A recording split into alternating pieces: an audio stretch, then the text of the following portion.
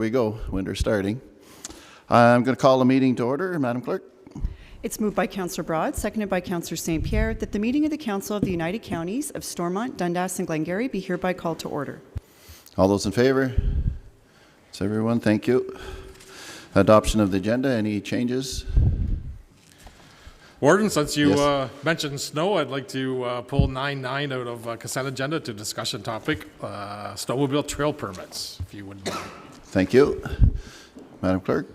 And through you, Mr. Warden, we will also be adding an item to miscellaneous business. Councillor Bergeron would like to speak to phone scams. Okay, thank you. The motion is moved by Councillor MacDonald, seconded by Councillor Broad, that Council approve the agenda as amended. All those in favor? Thank you, it's carried. So closures of pecuniary interest? Seeing none. Adoptions of the minutes for October 20th, 2025. Moved by Councillor St. Pierre, seconded by Councillor Landry, that the minutes of the meeting, including the in-camera minutes of the Council of the United Counties of Stormont, Dundas and Glengarry, held October 20th, 2025, be adopted as circulated. Anybody notice any errors or omissions? Seeing none, all those in favor? And that's everybody. Thank you, it's carried. And we're at delegations, 5.1, Alto High Speed Rail. Alexis Doyle and Jennifer Falconer, come on up, guys, and looking forward to hearing what you have to say.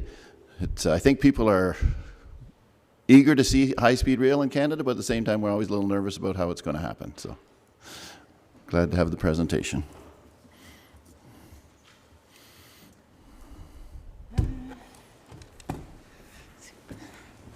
Good morning, Your Worships. Thank you for listening to us today. We'd like to present a project overview of Alto High Speed Rail. My name is Jennifer Faulkner. I'm a senior advisor in public and government relations for Ottawa and Eastern Ontario. I'm joined by my colleague Alexis Doyle, who's the manager of community relations in Ontario. Now, I'm somebody driving the slideshow. I think you just click through the arrow. The arrows on the keyboard. Okay, great. I will do that. My own mouse. Okay, so just forwards. Okay.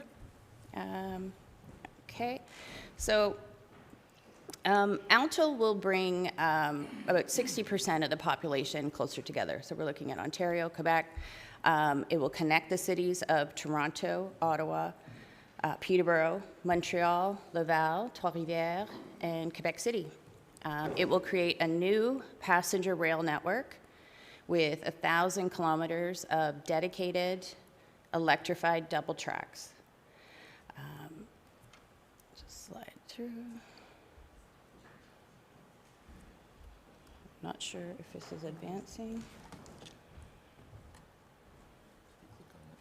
There we go, thank you, roll. Alto will generate direct benefits for travelers and the environment. It will save people time. It will also cut transportation costs for millions of riders. A new high-speed rail will free up space on roadways, leading to decongestion benefits of up to $570 million. It will provide a greener transportation mode that will help reduce GHG emissions. This reduction in emissions could total up to 39 million tons over the project's life cycle. It will save on transportation costs. Owning a car is expensive and fewer people can afford them. Air travel is increasingly time-consuming, costly, and has its limitations. Alto will bring people closer to urban areas and enable access to mobility and connectivity modes. It will transform the Toronto to Quebec City corridor with one major economic hub and bring new possibilities for business, education, and tourism. By improving connectivity between Canadian cities, tourist attractions, and heritage sites, the project is likely to increase the draw for international tourists, potentially generating up to $800 million in additional tourism revenue.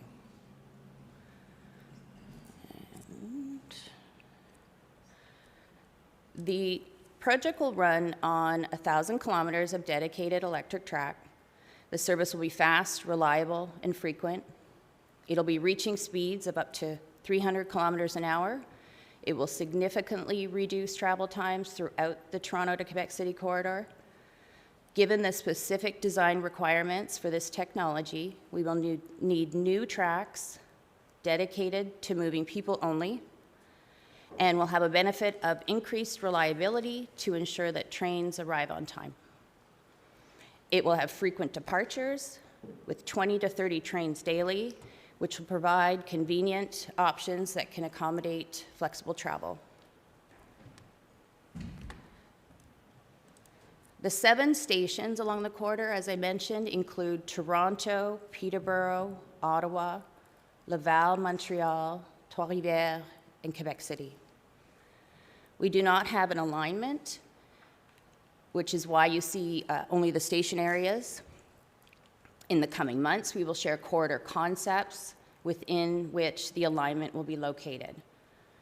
Alto and Cadence, the consortium chosen to build and design the alignment with Alto, will continue work to develop a specific route using technical analysis that includes safety, design, the environment, and social considerations. The high-speed rail requires a straight route for its operation and a turning radius of 7 kilometers. It will not have at-grade crossings, and it will have fencing along the alignment. Passengers will be able to get from downtown Toronto to downtown Montreal in 3 hours. From Ottawa, travel time to Toronto will be just over 2 hours. Transportation infrastructure is stressed. Highway congestion will keep getting worse. Currently, congestion on highways can extend travel times by up to 30% for intercity journeys. The high-speed rail network is projected to increase Canada's annual GDP by 1.1%, which is equivalent to $24 to $35 billion through increased overall productivity, meaning that 1 year of operation, the project will generate more than $25 billion in new economic activity.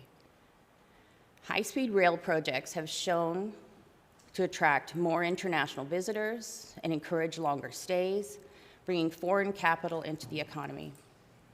By improving connectivity between Canadian cities with tourist attractions and heritage sites, the project could draw international tourists and potentially generating up to $800 million in additional tourism revenue.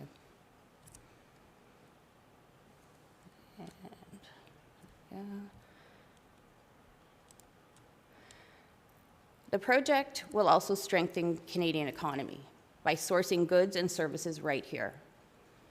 We will need substantial volumes of steel, aluminum, concrete, copper, aggregate, and we'll need the people to build, produce, and deliver it.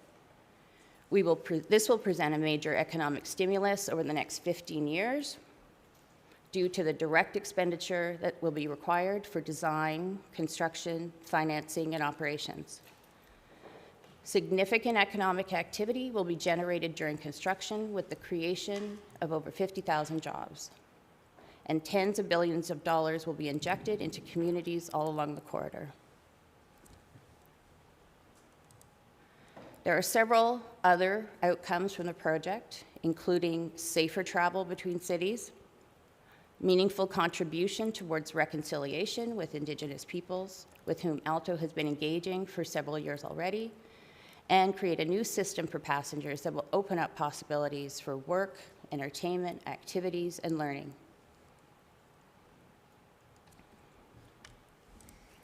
Alto's not working alone. In 2023, Transport Canada launched a rigorous RFP process to identify a project partner. This process closed in February of this year, and when then Prime Minister Trudeau announced that Alto would work with the winning consortium Cadence, or Cadence, however you announce it, which comprises rail infrastructure companies based in Canada and France, and have expertise in building and operating high-speed rail on a global scale. The outcome of the procurement process that lasted 18 months, Cadence is comprised of equity partners CDPQ Infra and Air Canada, engineers and rail specialists Atkins Realis and Sistra, operators, Keolis, and SNCF Voyageur. Government has provided funding of $3.9 billion for the development phase of the project.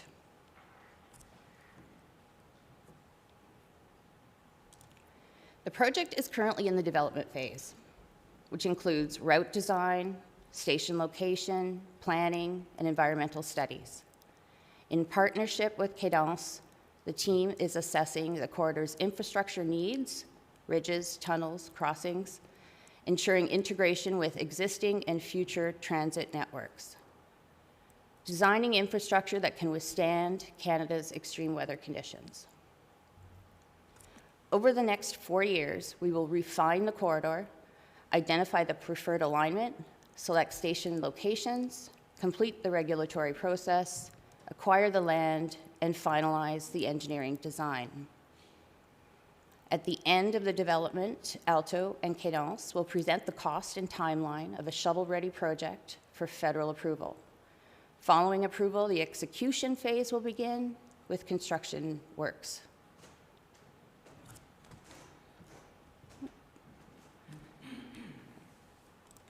The team has begun pre-consultations with communities to ensure the project reflects local needs and priorities, preparation to meet all the regulatory requirements, and special attention is being given to farmers and landowners with a commitment to minimizing disruption and co-developing respectful, practical solutions. This approach is about more than consultation, it's about co-creation and trust building in the face of transformative infrastructure.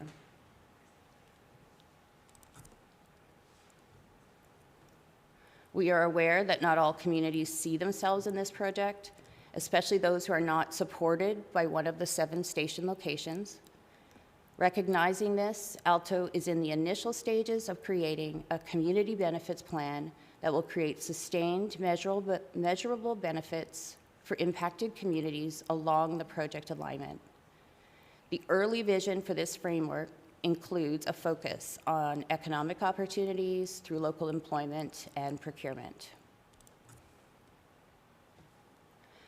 Beginning early in the new year, Alto will launch a comprehensive engagement process. Across the corridor, Alto will host open houses, virtual information sessions, and an online platform that will focus on educating the public on high-speed rail and provide participants an opportunity to share insights that will help inform the project decision-making process.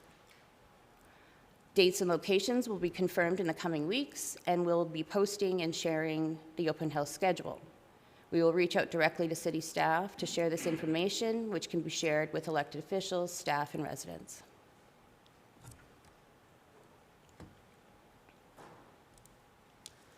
At the foundation of Alto's engagement, these are the key principles that ensure we are open, transparent, and that we reflect local needs across the corridor through respectful communications with an inclusive and collaborative approach. Additionally, early engagement during the development phase will give the public and stakeholders the opportunities to learn and contribute early on before the preferred alignment is determined. As I close out, I'd like to emphasize that our priority continues to be on building awareness of the project, sharing information with municipalities throughout the corridor. Thank you, Your Worships.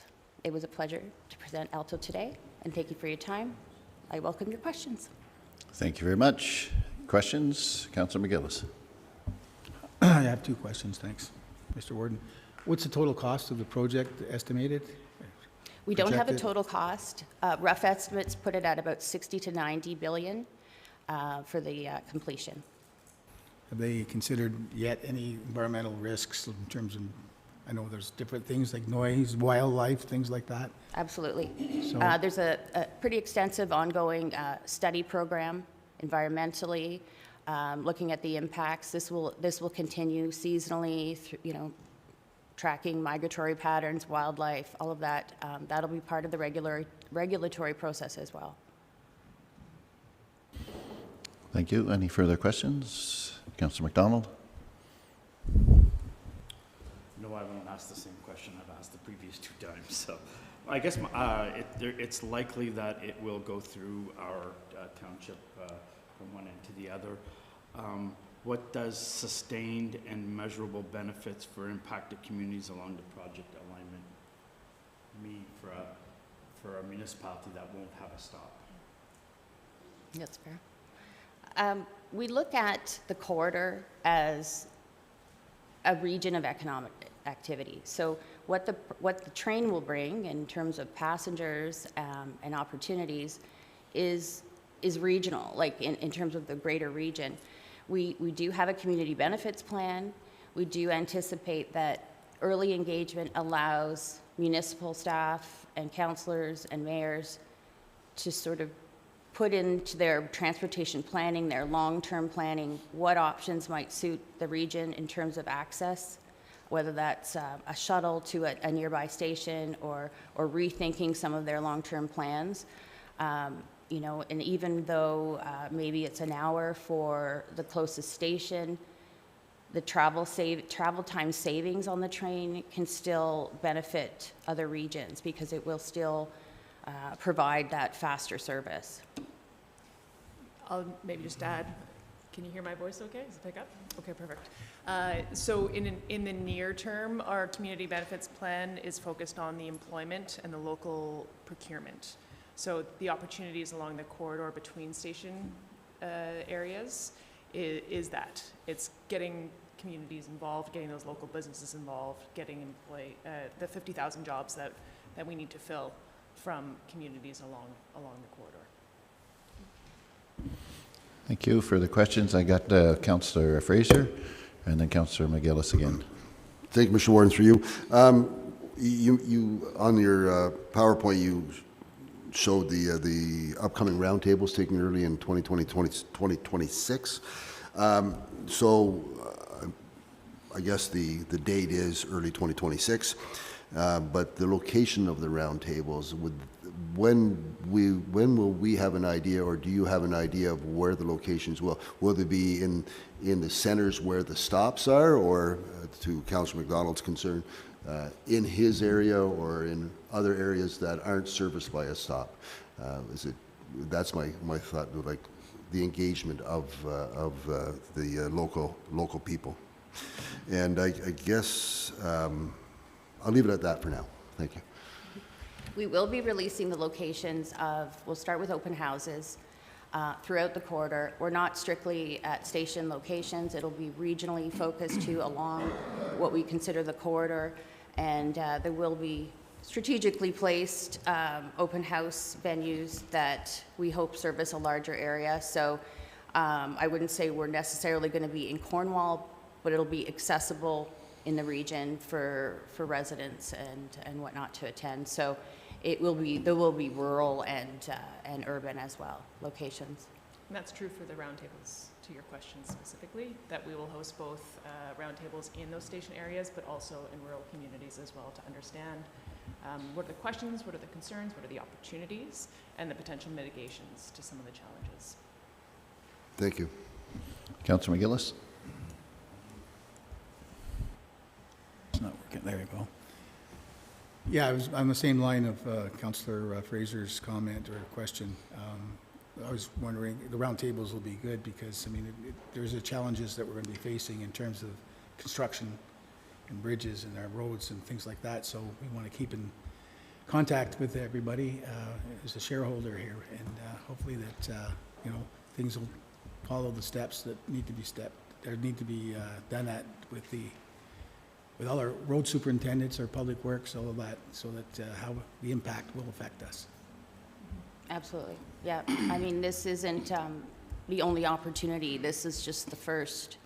As we refine where that preferred alignment will go in the coming years, we do want to receive input as we figure that out, and then that fine tuning, I guess, and what it means for each community, what the planning staff and councillors and elected officials can weigh in on. So there will be roundtables, open houses, but there'll be more opportunities as well as we advance. Thank you. I have Councillor McDonald and Councillor St. Pierre. Thank you, and through you, Mr. Warden. Something to inform perhaps your your best path. We do have a natural heritage system, and it has linkages. So to keep in mind that if you're going to fence the whole area, it will separate potential species. So just we have that on our website. It was in partnership with the South Asian Conservation. Just might help you inform some of your decisions. Thank you. Appreciate that. Councillor St. Pierre. Yeah, thank you, Warden. Just a couple comments here. In review of the map, and I'm just going by the presentation, I see that between Laval and Quebec City, there's a gap of about 250 kilometers between both stops. And then there's 475 kilometers between Laval and Peterborough. You know, when I look at the map and I look at your stops, I'm not convinced right now that this is going to serve the rural community much, to be honest with you. I think you're connecting urban communities to urban communities. I think what's missing in here, and I understand if you add too many stops, then really we're just back to the same via rail system or rail system we have. But I do think there is a major gap in your connection. I think somewhere between Peterborough and Montreal is needed, whether it's back in Brockville to connect that north-south as well to east and west. I just think that's a major gap in the plan right now, to be quite honest with you. So I'm looking forward to having more public consultation so we can have hopefully these fruitful discussions. I am hopeful they're more in our area, because again, I'm just going by the report, and this is just from my perspective only. I think there's a gap there in the connectivity between, you know, I don't see a connection between the rural communities and your urban communities, to be honest with you. So that's just kind of a comment. But you did mention a commitment to reconciliation with the Indigenous people. Can you expand on that? Like, what discussions have you had with Indigenous people, and what feedback are you receiving from them? It's a big question. We have a really big team working with our Indigenous communities and First Nations. They have been doing amazing work. They've, I think, established some agreements, some collaboration agreements with communities already, and I know that they're advancing more. As to what the specific feedback is, I'm not, aware of the level of detail from each community. Overall, it seems to be going well. I think, do you have any insights there? Yeah, it's specifically quite positive from the communities we've been working with. There are 44 communities across the corridor, and we've been building those relationships for many years, well before we advanced the high-speed rail project. And maybe just to speak briefly to your comments at the beginning, the RFP process, which Jennifer highlighted, was launched in 2023 by Transport Canada, asked bidders to provide two proposals in their bids. One was a conventional rail scope, which would have been what via HFR, a high-frequency rail, had been engaging on for several years, and the alternative was a high-speed rail. And so through the analysis that Transport Canada completed, the decision was made early this year in February to advance the scope of the high speed, which has its challenges, which I think you highlighted some, which is that there are limited stops in order to achieve those speeds, but that conventional corridor and conventional rail opportunity, which was explored previously, has now shifted scope and is now high speed. But throughout that entire process, well before we had a project to present, building those relationships with community was established. So we've been in communication with them for several years, leading to the collaboration agreements with many, which is how to, in the same way that our community benefits will explore economic opportunities, collaboration agreements with communities are a similar scope. What kind of advancements, training, participation can communities have in this project? So, and overall, our feedback so far has been quite positive because we've come to those communities well in advance of asks, if that makes sense. Yeah, go ahead. Yeah, thank you. And I don't mean to get in a big discussion about this. I just, again, from my perspective I think, as one of the councillors said, I think this is a niche. This is going to target a specific niche in our industry. I think with today's world, with remote workforce, with AI, with all the apps of being able to communicate through Teams and Google Meet and all that, I'm going to need to be more convinced that this is really going to benefit greatly in our industry. That it's going to have a major impact compared to the cost that it's going to have on building such a rail system. But I'll wait and see what happens. Thank you. Councillor Densham and Councillor Williams, were you?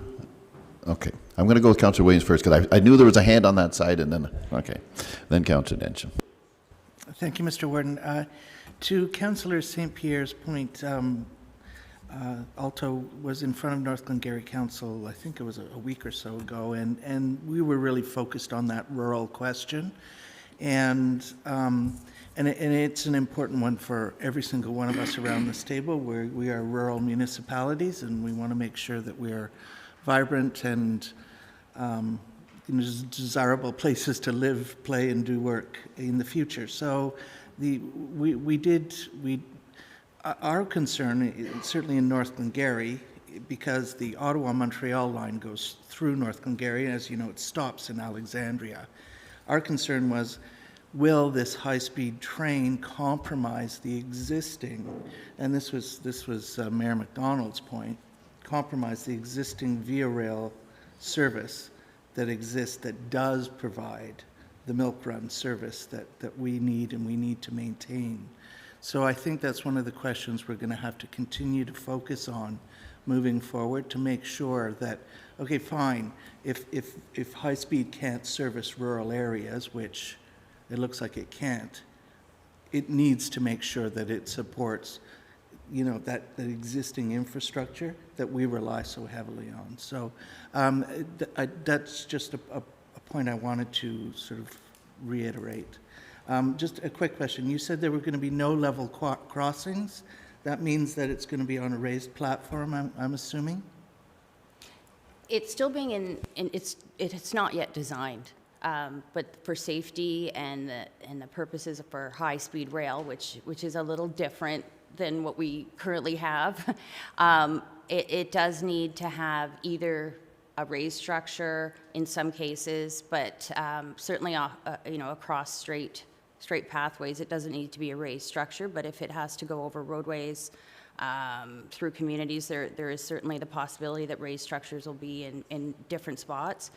And then the at-grade crossing, that obviously is a safety and concern, and communities don't want to be, impacted with that kind of blockage. So those are the parameters that we've been told.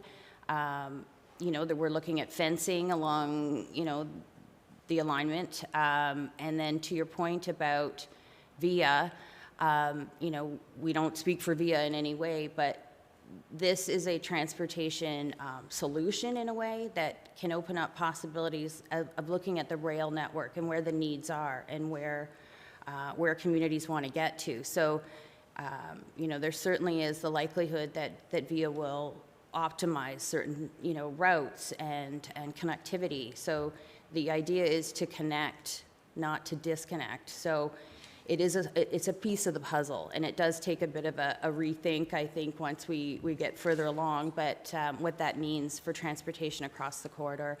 And, it certainly gives opportunities for remote work and for, sort of part-time hybrid solutions if folks were going to, live less in urban cities and they want to, perhaps live in Cornwall, work in Montreal, that speed and that frequency gives folks more opportunities. Same with education, going to school in other areas if you're just doing it part-time. So it's just a little bit of a rethink as the possibilities evolve.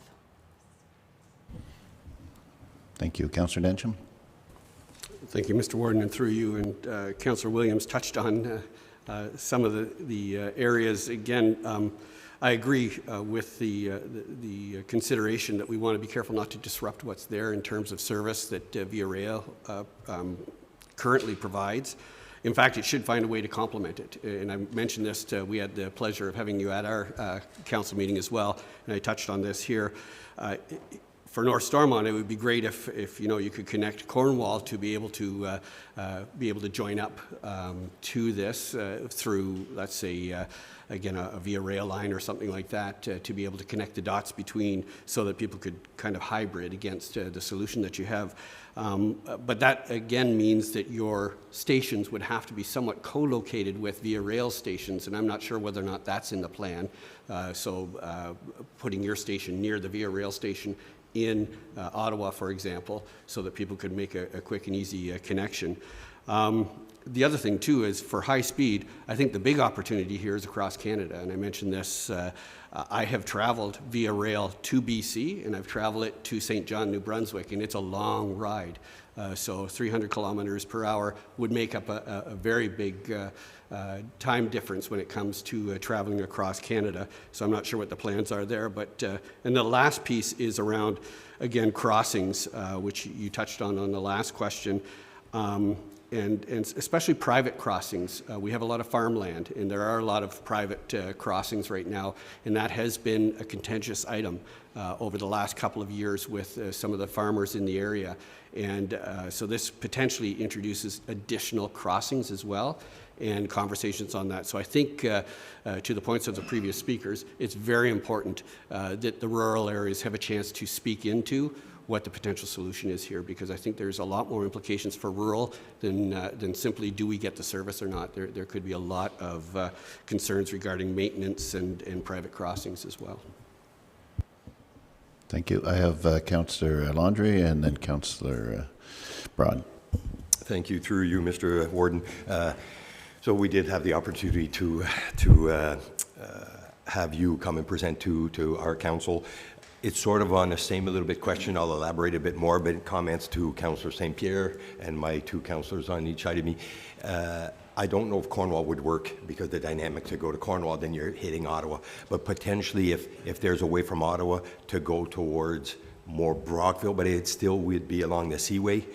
I just feel that our residents trying to take the opportunity to go high speed, but to drive north from the Seaway up to Ottawa, that time that it takes, then the challenges of, I'm not sure how you're going to connect, but Union Station is the hub of the downtown. If you're not able to connect into Union Station, the time lapse that you would get there as well, then you're starting to debate, okay, well, is it worth it? And if we do lose the Via Rail, where it's reduced in the service that we are somewhat getting now, I know there's challenges with CN and the freight, but it's just that's the compromise. So to have a line, your radius, or you're saying the straight line of 7 kilometers, but to try to push towards something that would at least get us in the direction of Toronto, and then from there to go to Peterborough, I don't think it really, again, it's all on, a lot of discussions are to be had, but it's to at least put some thoughts of dealing with a big part of our community, which is the rural aspect. So anyways, just my thoughts. Thank you. Councillor Broad? Yeah, thank you, Warden. To continue on, not only from an SDG standpoint, but thinking about visitors and statistics, ironically enough, we are receiving in our consent agenda today the visitor statistics for 2025, which shows that 40% of our visitors are non-local, meaning they're not from SDG.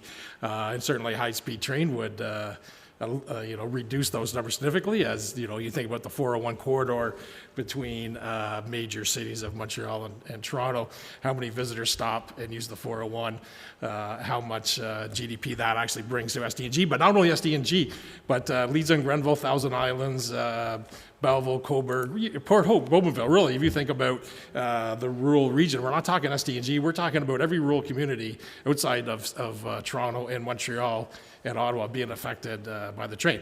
Certainly supportive of high-speed travel and connecting the cities. We do it through air, we do it through other ways, so not necessarily against the proposal, but what we need to think about is how it affects us in tourism. And I know they've discussed the community involvement through where trains travel, but how about all of the southern region that gets affected by that, including all those other stops through the current Via Rail system. So hoping that they not only engage the communities that is affected, but all the communities. And looking forward to the open houses so we can bring more comments forward. Thank you. Anybody further?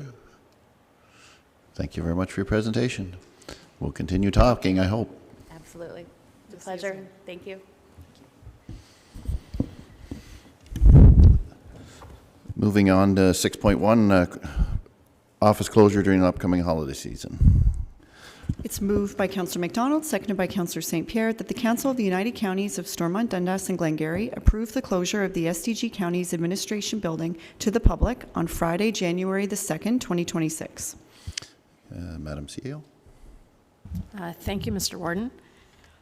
So this year during our holiday season, there's one business day on the Friday. What we're bringing forward for council's consideration is to have our offices closed that day. Employees would take a vacation day. There might be some employees that do have to come in to work. I'm going to kind of pick on the finance department a little bit between payroll and things that they might want to do for year end. But typically we have found when we've got this one day straddling holidays and a weekend, there's virtually no traffic coming into the building. We do have quite a few employees that would appreciate being able to use a vacation day to take that time off. We simply have the report in front of council for their consideration today. And if there's any questions, I'm happy to answer them. Councillor MacDonald. So this came to North Glengarry Council last week, and we approved it. So obviously, we're the leaders in the township, so I think everybody should approve it. Thank you. Councillor Fraser, and then Councillor Gillis. I appreciate that, Mr. Warden, through you. I hate to counter one of the senior fellows here, not the leader. We've been doing this as a past practice in North Dundas. It didn't take just recently for it to happen in North Dundas, but this is the pattern that we follow as well. Thank you very much. Councillor McGillis. I just wanted to reiterate what Councillor Fraser said in a way. Councillor MacDonald, our meeting was before yours. It came to us first. We passed it first. We're the leaders here. Sorry. I just had to say that. Is there anybody that doesn't like the idea? Okay, it sounds like I'm going to call the question. All those in favor? Opposed? No. Carried. 6.3A, County Road 2022 financial update. It's moved by Councillor Broad, seconded by Councillor Bergeron, that the Council of the United Counties of Stormont, Dundas and Glengarry approve that the County Road 22 reconstruction project be funded as follows. County Road 22 Reserve, $3,019,839. Now Needs Roads Reserve, $3,905,285. The balance to be funded from any available 2025 road surplus funds, with any remaining shortfall to be funded from the Roads Project Reserve up to a maximum of $1,125,828. Thank you. Mr. Grant and Ms. Russell. Good morning, Mr. Warden, members of council. This report, the purpose of this report is to provide an update on the County Road 22 reconstruction project and seek council's direction on how council would like to prioritize project funding. The 2025 budget originally included the project at an estimated cost of $9 million, with $6.6 million financed, and the remainder to come from the 22 reserves.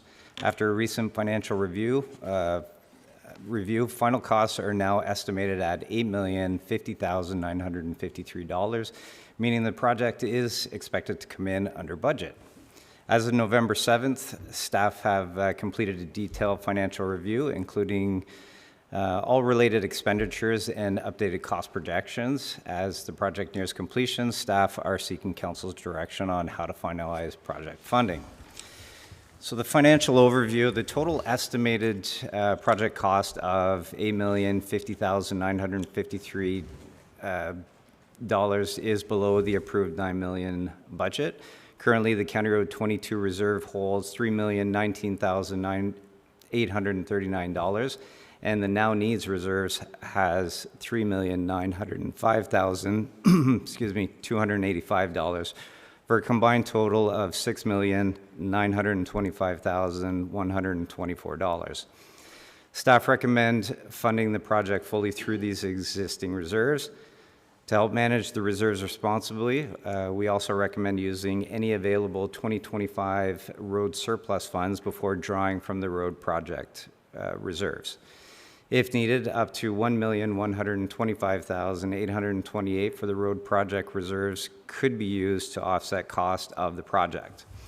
This approach will allow staff to complete the project without borrowing, avoid interest costs, and preserve long-term financial flexibility. It also helps maintain a healthy reserve balance for future council priorities. If debt financing is considered, the project could be completed without immediately impacting reserve balances. Interests would increase the total project expense, and repayments would come from future budgets through taxation. Debt financing can also reduce financial flexibility, increase long-term liabilities, place pressure on future budgets, and is not recommended. The combination option blends reserves and debt. For example, financing $1,125,828 over 3 years would require annual payments of about $393,000 with a total interest cost of around $54,436,000. While this option helps preserve some reserves, it still introduces borrowing costs, levy increases, and is not recommended.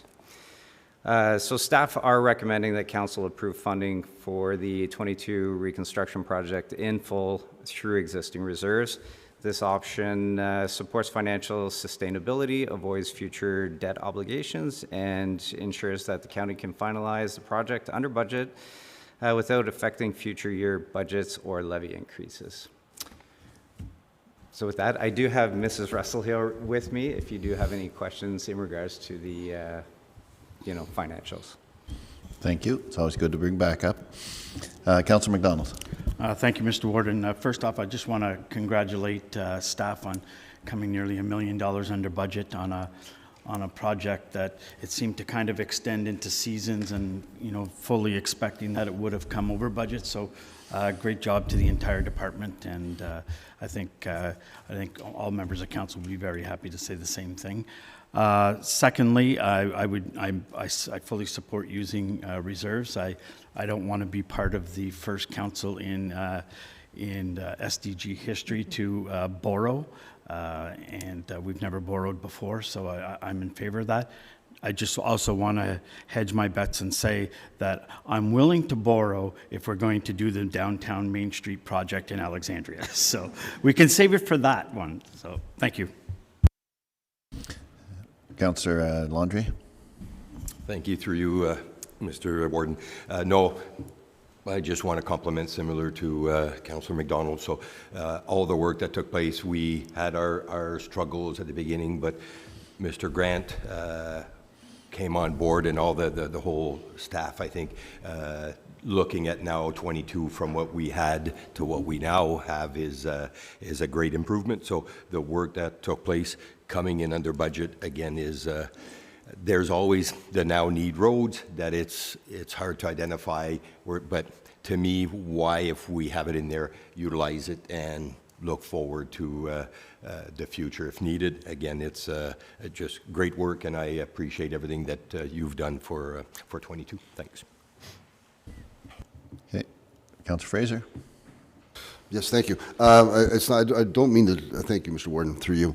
I don't mean to challenge Dana on this, Mr. Grant on this, or Rebecca, but if we draw from reserves, and I'm very comfortable with this idea, we will have to replace those reserves. So I think to say that it's not going to be any effect on the levy, how would we manage not increasing the reserves without affecting the levy?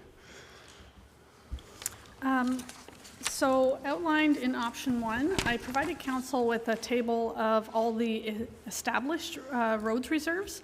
So the Now Needs Roads Reserve was a reserve that we set up by policy in about 2021, and that was so any operational surplus from the roads that is already levied, it goes into this reserve so that we can address a now need road that County Road 22 would qualify for. So this isn't a reserve that we would replenish. This is just a constant, any surplus in the now needs, or in the roads operational annual surplus would go into this reserve. So that is not a reserve that we replenish when used. It's just a nice to have whenever we have that surplus. The County Road 22 reserve that currently has $3 million in there, we've been planning for this this road to be completed. The last 3 years we've been putting slowly some money away, and so that reserve was specifically designed to fund this road, so we would not replenish that one either. The other reserve we're requesting to be used, we likely won't be using the 1.1 million. We'll be using the surplus in the 2025 year for roads that would have went into the now needs roads before touching this reserve. This reserve is used specifically for council at their own discretion. There's no project specified for it. We are constantly planning for projects that we know are coming, so we tend to plan out slowly over time, and I'm going to use Boundary Road Bridge as an example. Last year we put $500,000 into the reserve to plan for this in a few years, and we're going to do the same in the next budget. So we've done really well planning for these projects. We likely will not replenish the first two reserves, and we could look at slowly replenishing the third if council desires through budget. Mr. Warden, thank you very much, Ms. Russell, for bringing that to my attention and straightening me out on my thoughts. I appreciate that. And as from being from North Dundas, I'd like to think that County Road 22 has been something that was long talked about before I had a chance to travel it, and I look forward to serving us well for a long time. It's been a topic of conversation for a long time at this table, and I do appreciate all the efforts been made to make sure that this is cleared up and it made safe roadway for all those people that use that, and I appreciate that. Thank you. Thank you. Councillor Williams. Thank you, Mr. Warden. And ditto on the congratulations. The road it's fabulous, and it was a project a long time in coming, but extraordinarily well done. Just a quick question with regards to the 2025 road surplus funds. Rebecca, do you expect that that there will be a surplus, enough of a surplus to not have to go into the 1.125 million? Historically, we've always had a surplus, but again, it depends on winter. Winter control is one of the major factors in this surplus. Should the next month and a half go okay, then I expect there might be a surplus in the operational roads budget, which would significantly decrease the amount that we would take from this reserve, if at all. Over the last 2 years, our surplus was over the $1.1 million. So I'm anticipating the same should everything with the winter go okay. Councillor Densham. Yes, and congratulations as well. Just a question on how much, you said we've been building a reserve specifically for this project over the last number of years. Do you have a sense, or can you give us a sense of how much we had been putting into the reserves last year and the year before? Because conceivably, we've been collecting those fees, and that gives us an opportunity in the coming budget to continue to collect a similar amount of money, maybe even less, to put towards future projects as well.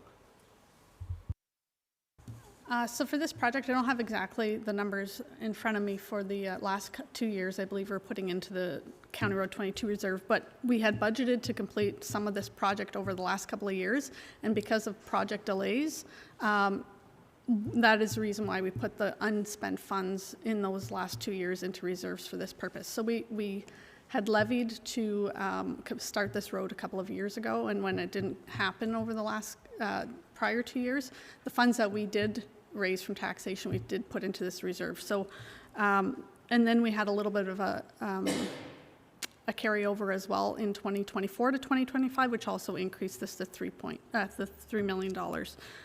But if you would like me to let you know how much came out from each year, I could bring something back or speak to you after the meeting if you'd like. Yeah, maybe we can just chat after the meeting. And again, I think one of the challenges or scares that we had was the costs were going up, and I'm not sure how much we may have prepared over the last couple of budgets to absorb the increases as well. So I'm happy to take it offline with you after. Thank you.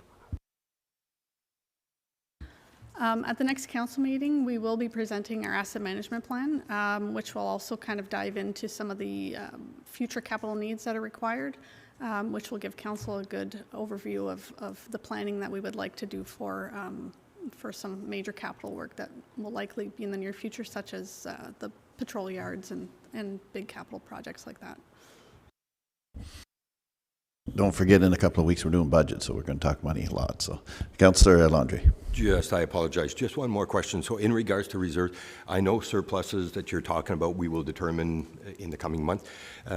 In regards to the increase, say, in OSIF, or is that, I know we did get an increase, is that already included in this, or is that something that is not part of it yet and will benefit our bottom line? So any federal funding or provincial funding like OSIF or federal gas tax, that's used to fund a capital project in the year. So there's never any leftover funds from that, and it doesn't go into reserves. So even if we do get an increase from, or as the increase, I guess, would be for 2026, so we always know what we're getting. So, okay, I got my question. Thanks. Thank you. Anything further? All those in favor? Everybody, thank you. Passed. Cost sharing for Alvin Reynolds forest fire. It's moved by Councillor Landry, seconded by Councillor McDonald, that the Council of the United Counties of Stormont, Dundas and Glengarry agree to financial contribution towards the Alvin Reynolds Forest Fire Emergency Response, and that Council approve the request from the Township of North Dundas for $46,848, and that this amount be funded from the SDG Counties Working Reserve. Thank you. And Director Harper and Mr. Duncan. Yep. Good morning, Council, and thank you, Warden. Through you. So this is a report just sort of highlighting some of the financial implications that's being sort of suggested or requested by the township in response to the emergency declaration in the county forest, known as Alvin Reynolds. The request was for some financial support to help cover the cost of excavators and firefighter time on site. It was a difficult site, as we've all heard many times, to battle this fire. And so that's why we feel sort of the request is reasonable. It is county forest where the fire occurred. There are a couple options for council to consider today. One would be to support the recommendation and the contribution of $46,848. Again, that's only for the time of the firefighters on site and the cost of the excavators to dig the windbreak. The second option would be to consider another amount. You always have that. And then the third option would be to do not contribute. So looking for County Council direction on whether or not they wish to support financially the townships. Thank you very much. And I'm going to give Councillor Fraser the first word. Thank you, Mr. Warden. So some questions that have been raised before this meeting started about others involved, other township, other SDG fire service personnel and equipment being involved. And so we do have some numbers. I'm not sure if Madam CEO has it, but some of the numbers that we recently received looks at the North Glengarry, South Glengarry, North Stormont, and South Dundas. They're numbers based on the hourly rate that we pay our firefighters, not exactly what my fellow councillors, fire service members make, but it works out to $1,600 for those four services I mentioned. That would based on North Dundas rates. Their contribution with hours would be around $1,600 each. And South Stormont, they did an overnight shift, and based on our hourly rate from North Dundas, it equates to $2,000. So I look at others that can do math quicker, and to figure the 4 times 16 plus 2,000 is what I would suggest may be seen as fair by all. And thank you, Mr. Warden. Thank you. Anything further? Councillor St. Pierre. Yeah, thank you, and through you, Warden, I appreciate that additional information, Councillor. I support collaboration. I will support this, but just a couple comments. I think what would help this report is typically when you're doing cost sharing agreements or a cost sharing report, typically you see all of the costs associated with the event or the project, and then that way that gives us would give us a better sense of what the percentage that you would be looking for or any municipality would be looking for. I mean, really, this really is not a cost sharing. This was more of a, here's some costs, can you pay for it? And when I got to admit, when I first read the report of the 46,000 requests, I was like, okay, they asking for 50-50 of the 46? Are they asking for a 20-80? So typically when developing cost sharing agreements or cost sharing reports, really should have all of the cost associated with that project or with the event. And then that way that gives us a better picture of exactly what costs you would be requesting or anybody else would be requesting. But just to go back again, I fully support the request. Thank you. Councillor Williams? Thank you, Mr. Warden. Yes, I agree. I support this as well. But I did want to just address the fact that this is precedent setting to some extent. Well, it is precedent setting. And so I think, you know, to Councillor St. Pierre's point, you know, maybe we need a staff report to come forward with regards to the precedent that it will be setting, because we've got county forests all over SDG. If there was to be a big fire in one of the other ones, you know, how would we move forward with any compensation there or not? You know, how will we handle this in the future?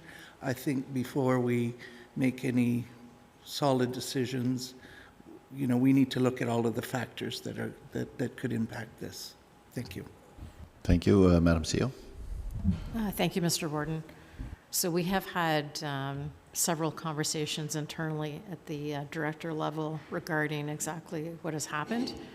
And I think I think maybe the last time we had a fire in this particular forest was 40 years ago, 30, 40 years ago. However, our concern would be our forest portfolio has certainly grown. And in addition to that, I think that there are different factors in weather that are going to contribute to, you know, more events that might happen in our forests. So I think that we want to make sure that we're properly reserved for that. So I think that we will be coming back with a policy. In this particular situation, I think that we were very appreciative of all of the efforts that the North Dundas municipality staff and fire service did to help mitigate our efforts. There was also a significant amount of work that was also contributed by Phil Duncan. And I think that through this approach, what we want to try and do is make sure that we reimburse North Dundas for the actual hard costs that they outlaid. What is not included in the report would be, you know, like the hourly rate for their fire equipment, as an example.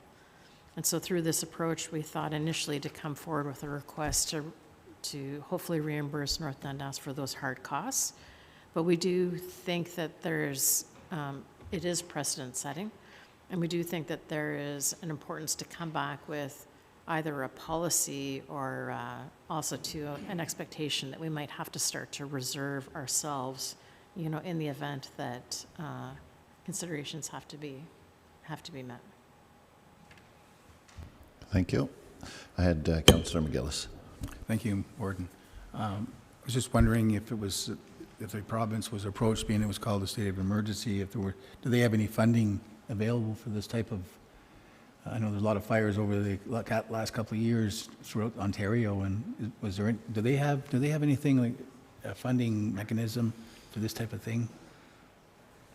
I have Councillor Fraser and Madam CEO both wanting to. So you guys decide who's taking it. Thank you, Mr. Warden. I can add, if need be, to, if desired, to the CAO's comments. Through my conversations with the CAO in North Dundas, there was inquiries made with the province. There was a certain minimum threshold of expenses that would have to be hit to be able to be eligible, and we weren't quite at that level. So it only kind of triggers in at a certain dollar amount. Anything to add, Councillor Fraser? Just that, and I guess maybe take it from the source you're hearing it from. My conversations about the state of emergency and compensation, the threshold is,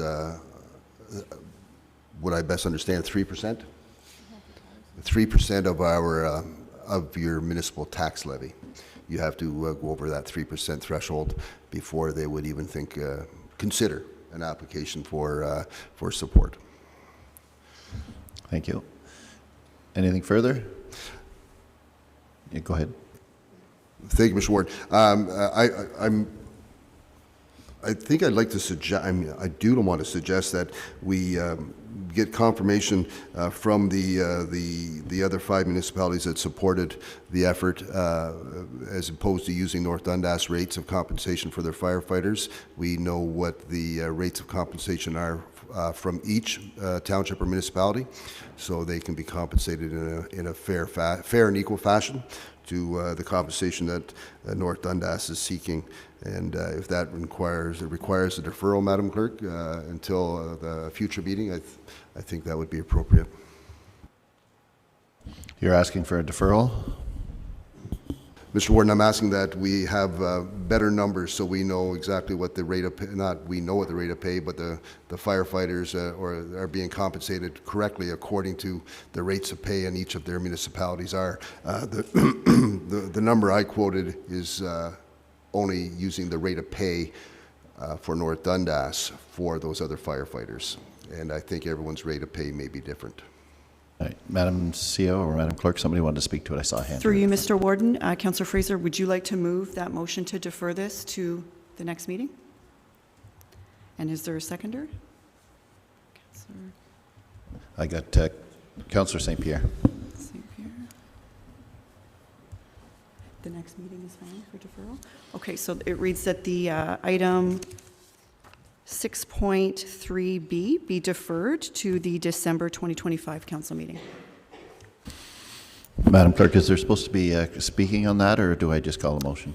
Through you, Mr. Warden, you can speak to the deferral if you'd like. If not, you can call the motion. Anybody want to speak to the deferral? All those in favor? It's deferred. Thank you. And we're on to 6.4A, SDG Counties comments on Bill 60. Madam Clerk. It's moved by Councillor Landry, seconded by Councillor St. Pierre, that the Council of the United Counties of Stormont, Dundas and Glengarry receive the Bill 60 and Planning Changes Report and direct staff to submit comments to the province reflecting the report. Thank you. Mr. Park. Good morning, Warden and members of Council. As you can see in the report, there's quite a few changes that have come out recently from the province relating to planning. I'll highlight them briefly and then speak to Bill 68 in particular regarding the conservation authorities. So Bill 56, that's passed. That removed the automatic speed enforcement and streamlining source protection, which is very nice to hear for anyone that needs to drill a well in the future. Bill 60, some development charge tweaks just to make things more transparent. That's supported by AMO. The upper tier community improvement plans, that's something that we've advocated for as SDG counties and you as council, and it's great to see that the province has brought this forward. And we just noted that hopefully the subject on what we can do the CIPs on is broadened a bit more, because it will help to streamline. Right now each municipality adopts the exact same plan, and then we pay the township, and then the township pays the applicant. We'd just like to kind of work together and just streamline that and less burden on your municipalities as well. Water wastewater governance, looking at a publicly owned corporation model, starting with Peel Region, and then the municipalities or the province could require other municipalities to do that through regulation. That would be still publicly owned, but separate from the main corporation. There's another vehicle lane proposal as well, looking at prohibiting reducing motor vehicle lanes. Again, sometimes we do those traffic calming measures like in South Stormont, so that's a potential concern. And again, the official plan changes we have a pretty good model. It's been going for 20 years, and having a standardized, streamlined one would actually introduce more designations than we have right now. So it actually, you'd have some more developments go to county council where really they could be dealt with by the local municipalities. So we'll put those comments into the province. Finally, Bill 68. So the province is proposing to consolidate the 36 existing conservation authorities to 7 regional authorities. In Eastern Ontario, our part of the province would be Cataraqui, Rideau, Mississippi Valley, South Nation, and Raisin consolidated together. So there'd be about 46 municipalities going all the way from Deseronto all the way to Quebec border, Ottawa, and close to Bancroft area. So quite a large territory. And as staff, we have concerns that these are quite large boundaries. Right now, we really appreciate the local connection we have with our conservation authorities. We have many members of council that are on the boards as well. And are we still going to have those same partnerships that we have if there's a larger organization that's, let's say, headquartered in Ottawa or Kingston compared to, Finch or Cornwall / Glenwalter, where we can work together and work on projects that make sense for our local communities. So we recommend that if the province wants to look at this or service delivery, give the CAs the tools and funding to look at that type of thing. You may remember we got the efficiency funding from the province a little while ago. We could kind of streamline some of our operations and look at what makes sense. So we would prefer that, especially since the CAs are funded by local municipalities as either the main or at least the top funder. That the local municipalities would have the decisions on what those CAs should look like. So happy for any questions or comments. Thank you very much. We'll break it down a bit because I'm sure we're going to talk about Bill 68 a little more. Was there anybody that had any comments or anything on Bill 56? Seeing none. Bill 60. Councillor McGillis. Thank you. Will any of these changes affect municipal property taxes and development charges regarding the water and wastewater? Potentially, like ideally wastewater water is supposed to be completely separate. They do talk about some of the land costs kind of being a bit more transparent with that. So sometimes that comes out of tax dollars versus when they're purchasing additional land, because there could be multiple purposes. But the goal is just to make it all up front so that when the municipality releases the funding, it's clear what's water, wastewater, what's DC, and what's just regular property tax. So it's more about making it more clear on what pot of money is being used. Thank you. Anything else on Bill 60? I just have a comment on the vehicle lanes. It seems like they're trying to address issues in the urban areas where they're losing a lane and traffic's getting built up, and I don't think we really have those issues here. I wonder if they should just keep it to the urban areas and let us sort out what we need to do in our own areas, because I'm pretty sure the biggest traffic jam most of the time we have is if you guys are following me and I'm in the combine. But other than that, anyway. Bill 68, the Conservation Authority's comments. Councillor Dencham. Thank you, Mr. Warden, and through you. And I have asked Kim, and thank you, Kim, for circulating the motion I'd like to put forward. And I also want to thank our local CA general managers who are in attendance for your collaboration on this. As Peter already pointed out, there's some significant and foundational changes that come with Bill 68. The province put this specific solution forward with very little notice and not a lot of detail. And that's fundamentally my primary issue through this. The idea of introducing the Ontario Provincial Conservation Agency, Crown Corporation, in my opinion, introduces another layer of governance between ourselves and the province. And history shows that our local CAs were built by local municipalities for local municipalities. To take 36 CAs into 7 regional authorities, to collapse that down and create a regional approach versus a local approach, I'm not sure what it's going to buy us. No doubt there's room for improvement. There is in any organization, and even within our own local CAs, to align some of the processes.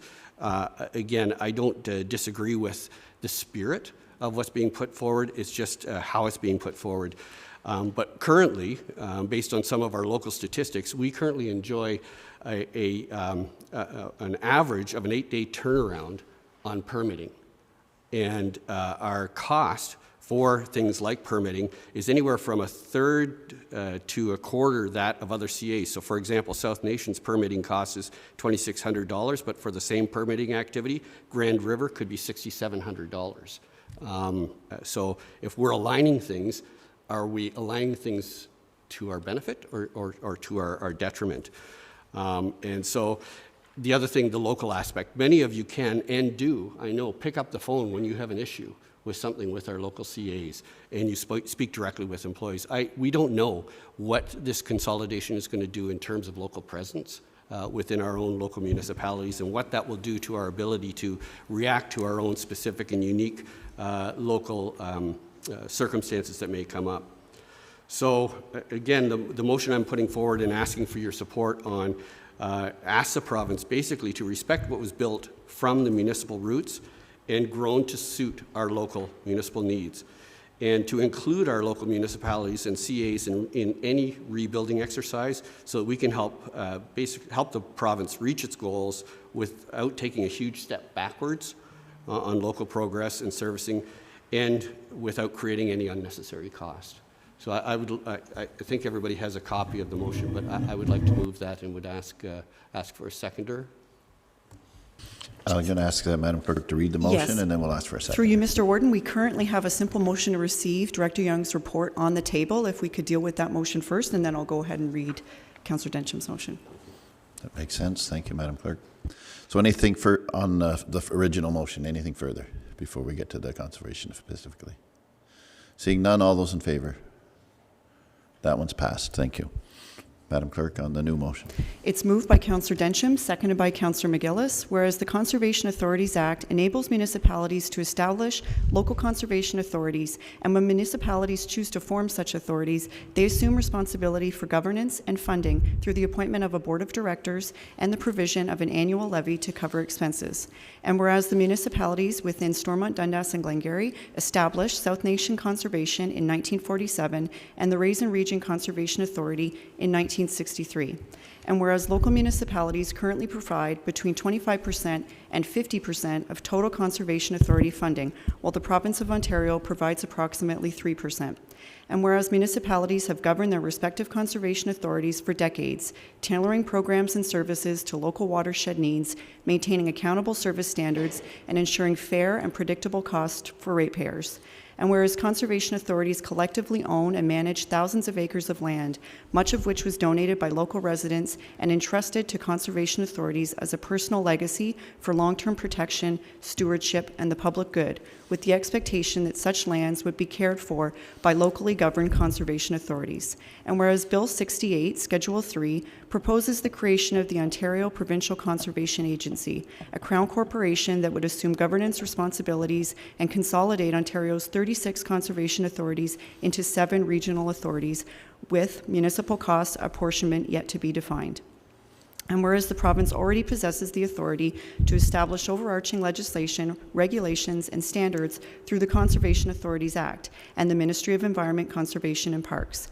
Now therefore be it resolved that the Council of the United Counties of Stormont, Dundas and Glengarry calls on the Government of Ontario to maintain local, independent, municipally governed, watershed-based conservation authorities to ensure strong, local representation in decisions related to municipal levies, community-focused service delivery, and the protection and management of conservation lands.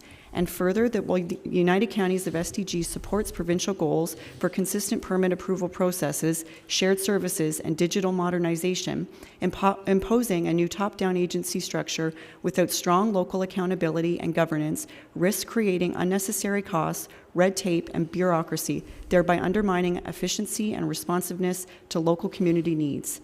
and further that the United Counties of SDG supports efforts to balance expertise, capacity, and program delivery across the province, and requests that the province work collaboratively with municipalities and local conservation authorities to determine the most effective level of strategic consolidation to achieve both provincial and local objectives.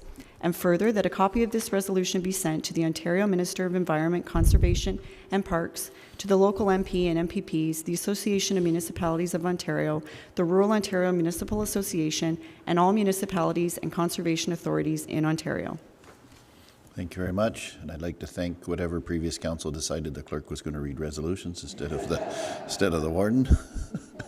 That was a long one. Comments, questions?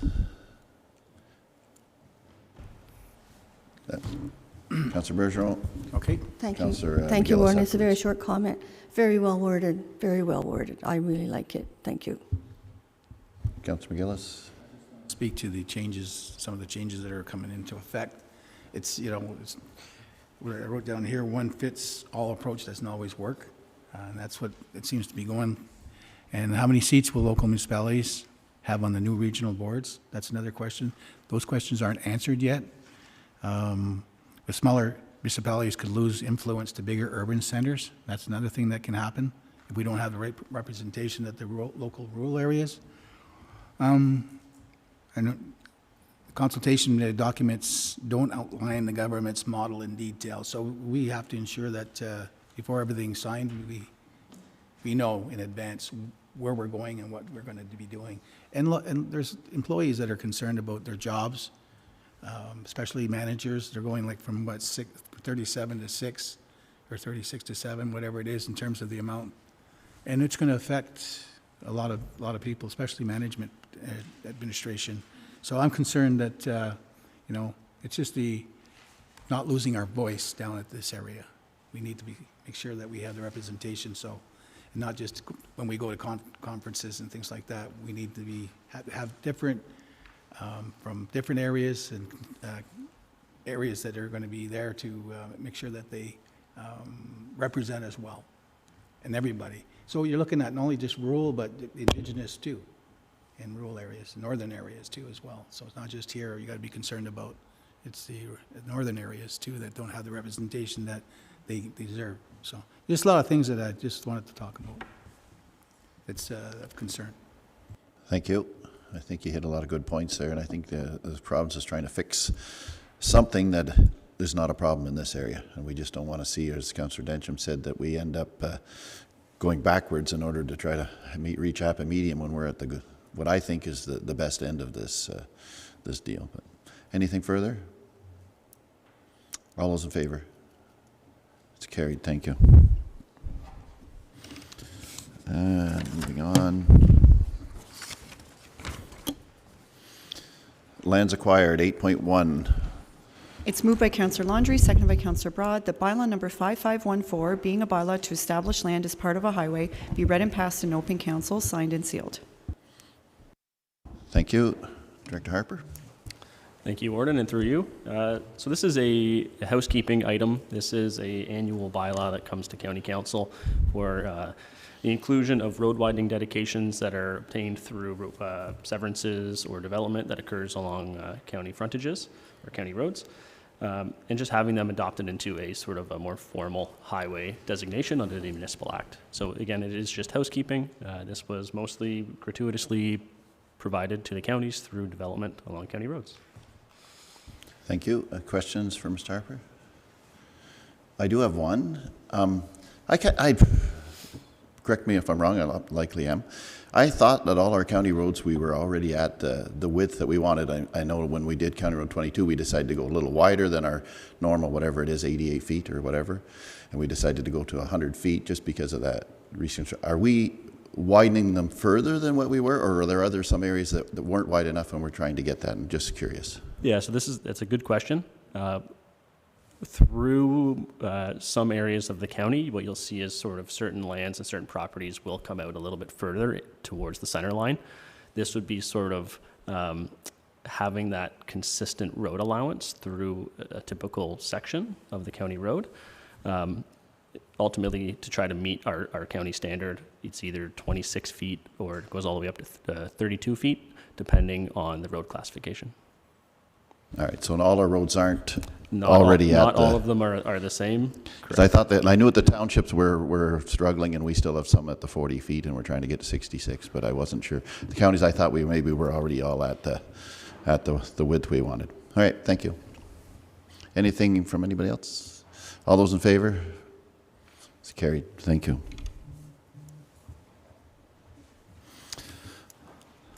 Consent agenda, Madam Clerk. It's moved by Councillor McDonald, seconded by Councillor St. Pierre, that all items listed under the consent agenda section of the agenda be received for information purposes. Thank you. And we did pull 9.9, so we'll speak to it next. But everything up until 9.9 is what we're talking. Anybody have any comments or anything on anything in there? Councillor McDonald. Thank you, and I tried to put my hand up fast, but I have a gardening injury earlier, so it's 9.8 that I'd like to speak about, because this is a resolution from our council to this council, and it's regarding the tree planting. There is a report on it later, but our council, through that resolution, was asking this council to just put a pause for the tree planting program in our municipality. I don't know if the deputy mayor wants, or sorry, the warden would like to speak further about our experiences and what was said at our council. Thank you, Ms. McDonald, Councillor McDonald. And it is going to be covered later, so I will have a few comments later, but I think there's something, and we'll see if everybody's in favor, but I think there's something we can do to address both. So, anything else, consent agenda? All those in favor? Consent agenda is carried. Thank you. So 9.9, Municipality of South Dundas. Madam Clerk. With that, through you, Mr. Warden, if it's all right, under miscellaneous business near the end of the agenda. Okay, Does that work? thank you. Okay. Boards and committees. I'll go first. Warden's report. Right after last council meeting, CEO and myself went to Eastern Ontario Wardens Caucus meeting in Ottawa, and then the next day stayed in Ottawa for our Parliament Hill Day. There is a good overview of the Parliament Hill Day in your agenda on page 54, so I won't go through too much there. Was interesting to speak to MPs from other parts of the province and talk about Eastern Ontario and realize that they didn't know where Eastern Ontario was, even though they're situated in Ottawa and we surround them. But they must fly in and do their work in Ottawa and leave, and they don't realize that you're in the middle of Eastern Ontario. But anyway, good to talk to them and good to help people be aware of the issues that are in Eastern Ontario, and we do deal more with the province than the federal government, but we want to make sure that they're aware and they're thinking about us. I would like to make a special thanks to MP Eric Duncan. He was, along with Chris Millett, who was one of the ones hosted a breakfast for us and appreciated it very much. And then he lent Maureen and I his office for the day as a home base so that we weren't sitting in a coffee shop between meetings all the time. We had use of his office, so much appreciated to Mr. Duncan. The county road tour, I think pretty well everybody here was on it. Appreciate staff putting that together, and I enjoyed the day. Warden's Banquet, a big thank you everybody for coming out. It was much appreciated, and can't believe the year's gone this fast. Makes me think that maybe I should have voted the wrong way when we did have that discussion about whether the warden should have a 2-year term. And maybe it should come up again during the next warden's term, so we can, if we do decide to do something, it would happen for the next term of council, after the next election. And I'm looking around the room, so once Mr. Laundrie's sworn in, there'll be 6 wardens that are around this table. So we'd have half the votes. Because I do think I'm smarter now than I was before I was warden. Twinning with, make sure I pronounce it right, Emden, Germany, a city in Germany. There was a meeting here, and I'm just going to ask Councillor Fraser if he would speak for a minute. He knows a lot more about it than I, but it was very interesting, and see where it goes. Thank you, Mr. Warden, and I'm not sure about a lot more, but I've heard a lot more. Recently we had, there's a project afoot. Let me start way back. There's a project afoot, and we all understand twinning with another city. And this project, I think the genesis of it was Remembrance Day ceremonies, the 80th celebration of the liberation of Holland, and a local, I won't even get too specific, but an SDG resident, much the same fashion as our warden had traveled over to see some cemeteries, and this fellow went. as well, not with the warden, but they went as well. He went as well. And he had this thought that he thinks that we should twin, because of our connection to their liberation and the SDG Highlanders. And as he investigated this more and more, he learned more and more, and he felt that this is a great enterprise to undertake. So he visited an area in Holland that he had some relatives, and spoke to some local politicians about the idea of twinning with their community in light of the 80th anniversary. And they're undergoing an election, getting geared up for an election. They didn't want to muddy the waters just at that time. They liked the idea. They're looking forward to this twinning effort with SDG. But he was redirected to this community in Edmund, Germany, which is a community that was occupied by the Nazis and liberated by Canadian soldiers. And Canadian soldiers are near and dear to them. They have a cemetery that they look after that has the bodies of the fallen Canadian soldiers. So he started the conversation with people in that, with the members of the council in that community, and they were very open to the idea of twinning with SDG. This past, just recently, the mayor of Edmund and a member of council from Edmund were on a tour of the Maritimes for, on an arts tour in the Maritimes, and they connected with Vince and said, we're in Canada, can we get a chance to talk about this twinning effort and the project? They're very interested. So they were toured around SDG. They had a chance to go to the Armory in Cornwall. They had a chance to meet some representatives from the SDG Highlanders. They had a chance to come here to this space, and we had a discussion. The warden, Madam CAO, I'm going to miss some people. Please help me out. Myself, Warden-elect Landry, and I think Mr. Young was here. I'm doing all right. And so we had a very encouraging, engaging discussion. We had a tour of the jail. They were quite enamored with this building, and this discussions will continue. I'm sure they will continue on this effort to twin. Part of the goal of the twinning is to support our Remembrance Day ceremonies, to support the intention to ensure that those that fell for our country are remembered in an ongoing fashion, to engage the youth. The twinning will offer an opportunity for high schoolers to develop pen pals, if you would, communication with fellow students in those two communities in Europe, and maybe engage, travel, visit, and ensure that the memory of those that have fallen stay with us. It's a great project. So far, we haven't talked about financials. I don't think there's very many financials to talk about, as opposed, I'm sure there's some, but it's not a great capital enterprise.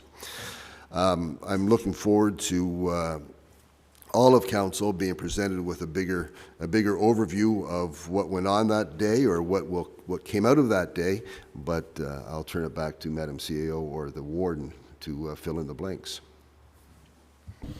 Thank you, Councillor Fraser, and appreciate you bringing it forward, because I think it originally started as a project looking at North Dundas, and they said this is a little bigger than North Dundas. And because the Highlanders were so instrumental in moving into that city, and I personally had never thought of cities in Germany being liberated, but, you know, everybody there wasn't in favor of what was actually happening at that time. So it is quite interesting. So we'll see where it goes. I appreciate it coming, and we'll keep council informed. I'll finish my report. The only other thing I wanted to add is, same as everyone else in this room, I was thankful to be able to attend quite a few Remembrance Day ceremonies, and enjoyed them very much. The weather was a little rough for the one Sunday and the Tuesday itself, so it was nice to be there. So thank you very much. I move on. Joint Liaison Committee. Anybody want to speak to that? Maybe, well, go ahead. If you don't, I'll add anything in you. You're going to have to. Thank you, Mr. Warden. We had the budget presented to us by Cornwall and SDG, our service manager by Cornwall. An overview of that. There was some discussion, but in my view, it was much the same as we've recently, in the most recent years, presented with the budget and the monies required to ensure that all things supportive continue, be it the long-term care or OW or ODSP. The challenges that the paramedic service faces, the challenges with staffing, and all of those things. But I think it was quite a fair presentation. I'll turn it back to you, Mr. Warden.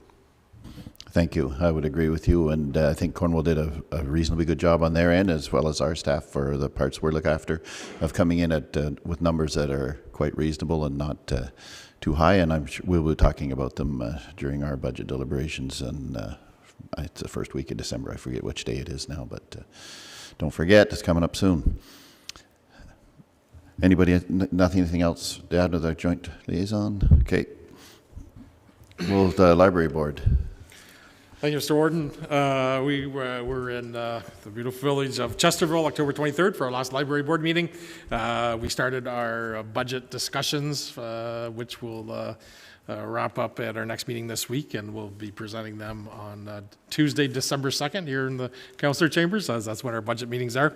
Some of the highlights over the last month, we recapped, and I know Councillor Fraser recapped it at the last meeting here, SDG Reads, but we had an opportunity to go through the event we had in Avonmore within our board group, and we really started to focus in on some of our statistics for 2025, and we're in the middle of, at that time in October, in the middle of a membership drive to increase readership throughout, our memberships through our libraries throughout SDG. In the interim, AMO, thanks to Councillor MacDonald, shared a news article with us written by AMO describing how libraries and library boards and the municipalities are to work together. And good news to say is we pretty much follow along the requirements of what AMO expects libraries and boards to work at. So I'm sure we'll discuss in our meeting this week, and we're in Long Sault Thursday night this week for our next meeting. Thank you very much. Police Services Board. No meeting. Eastern Ontario Health Unit coming up. Glenstone Lodge. Wednesday this week. Wednesday, thank you. St. Lawrence River Institute. Anything? Thank you, Mr. Warden. Yeah, through you, just to note that in 2026, the River Institute will be looking for a couple more board members. If you know anyone who may be interested, just let me know, and I'll pass that along to the board for consideration. Just for context, it's not a huge commitment. The board only meets 3 times a year. Thank you very much. Raising South Nation Source Protection. Councillor Bergeron. Yes, we had a virtual meeting on November 13th. The committee approved the final revisions of the Source Protection Plan and assessment reports under Section 36 of the Clean Water Act. These revisions were to make sure the plan was aligned with the current technical rules. The rules change year over year of what they require for source protection. And so that is a guide on how risks to drinking water are identified and are assessed across Ontario. The committee received an update on Bill 56, which introduces some amendments to the Clean Water Act. Some changes is allowing the source protection authorities to approve certain routine Section 34 amendments directly instead of it going to the province. Section 34 amendments deals with the creation or modification of a municipal water supply. And in North Dundas, we know how long that took over the few years. So hopefully by having the local source water protection deal directly with those, it'll be much faster. It also introduced, interestingly enough, a 120-day timeline for the minister to either approve or request additional information once a Section 34 amendment is submitted. And from the conversation What I understood was if the minister does not respond within 120 days, it's assumed it was approved. I kind of like that because, you know, things would move along quicker. One of the simple things was we were promoting, or the province wants us to standardize the wording of our policies so that we use the same words across the whole province in describing things. The committee also discussed Bill 68, and of course that just came up, and we're totally in agreement with what you brought forward, is we don't think it's going to make things better. And yeah, this was already discussed, so I don't need to go into that. So that was pretty well the meeting. Thank you. Thank you very much. Any questions for Councillor Bergeron? None. Municipal Advisory on Algonquin-Line Claim, nothing. Regional Incentives Program, nothing. Rural Education Committee. Yeah, thank you, Councillor St. Warden. Pierre. Yeah, thank you, Warden. We just had a recent meeting a couple weeks ago. First, I just want to welcome Councillor Fraser to the committee. He replaces another member that wasn't able to attend too many meetings, so we thank him for coming on board and giving us some early insights. A couple of topics that we talked about was school trustees and the role school trustees plays within our region.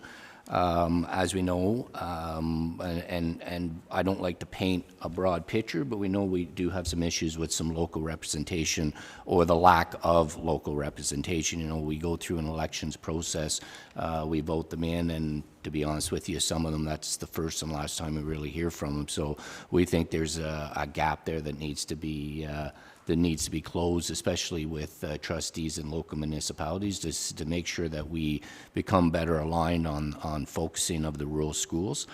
One of the things we kind of just floated out, and we do want to have a meeting with Minister Calandra, hopefully at Roma, on this certain subject. But one of the things we kind of floated out was perhaps maybe our local municipalities should be responsible for appointing school trustees, because we all know that we're all very familiar of the people around us, good and bad, and you know, perhaps a better representation would come forth for a trustee if it was through our process versus just a broader election process. One of the things, you know, you get sometimes you get a trustee now that's outside of our region that's being voted in or placed in a community that really has no information on how our communities work and what the benefits of having rural schools in our community. So it just kind of is a couple of things that we talked about in great length. Again, we're hoping to have a meeting with Minister Calandra to further discuss and maybe offer some suggestions and get some feedback on what he's thinking. The other thing I want to highlight, and this was pre-having our meeting, is through Councillor Fraser, Councillor McDonald, myself, and Chair Jeff Manley had the opportunity to visit North Dundas and to review their, I would say, their technology classroom. They have, it's what's called a DEEO, which is Design Education in Eastern Ontario platform. It's developed by Design Labs Canada, mostly privately funded, and basically what this classroom looks like, it's segmented into a couple, but I think, and you can correct me if I'm wrong, I think there was 24 computer systems that were set up.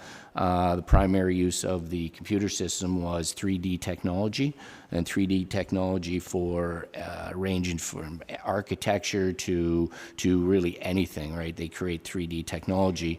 It was kind of neat because each workstation had their own headset, so if the students want to listen to their own music or a podcast while they're using these 3D softwares, they could do that. And basically what they do after they create the 3D software, they have actually 3D printers, and so you can actually see these things getting created live, which was really cool. The other thing they have is robotics. They had a lab that was strictly for robotics, that they built robotics. There were students that were they really just want to build the robotic, and then there was others that want to upload and program. And it was really cool because it was kind of set up in a ring, and a couple of the students was trying to demonstrate how the robot would go and pick up a ball and try to throw the ball and whatnot. So it was really cool to see that. And then another one was a podcast station. There was some students, some girls there that do live podcasts. I think it's on Spotify. We had an opportunity to sit in and kind of get interviewed.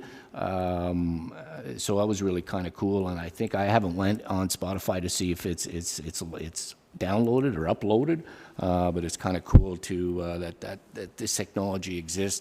The classroom itself costs about $300,000 to fund. Again, privately funded. So, it kind of gets thinking here of perhaps we could put on our thinking caps here in this room and come up with maybe some ideas of trying to help them out with funding, or trying to help out with partnering up with some of our private industries to help with funding opportunities, because this type of programming would be great if it was kind of more across SDG. So that's kind of some of the things we've been talking about. I'm not sure if you want to add anything, two councillors, to that discussion, but. Councillor Fraser. Thank you, and thank you for that recap, Councillor St. Pierre. As Councillor St. Pierre mentioned, there have been 2 other members from County Council attend, and my goal is to have every one of you attend. It's just a scheduling thing, and staff. I look at Madam CAO, and I think of the work that goes on here within the building by staff, and I'm sure there's some staff members that would be encouraged, I know, or engaged with the activities that take place there. It is quite a thing. So the goal is, my goal is to bring all of us to, at different days, into that classroom to see the efforts that are being made, to see the potential for our students in SDG right across, to be able to compete with students in larger regions that have those opportunities that aren't present and aren't available to our kids out here, as well as staff. And as Councillor St. Pierre talks about, there is some funding from the school board, but that would be advocated solely by the principal for maybe materials or something smaller. But the biggest part of this whole project is supported by by industry. I also plan to continue engaging and having the other members of the Rural Education Committee attend and see what goes on to understand fully the potential that's available if we advocate hard. And this is the goal, is that we're all understanding of the potential, and that we take every opportunity to support that through advocacy. So I will be doing that. It'll probably start in the new year. I'll start sending out opportunities to fellow councillors to engage with that, and through the CAO staff members. Thank you. Yeah, thank you. If I could just follow up with that one, then I was just scrolling through my computer. So some of the topics, it's architecture, media arts, illustration, industrial design, 3D modeling, animation, gaming. So all of these things are 2 things. As Councillor Fraser said, it gives our students a better portfolio to be able to compete against the schools, students from schools getting into universities, because we know that is a little bit of a struggle sometimes, because they do develop better portfolios because they have better programming.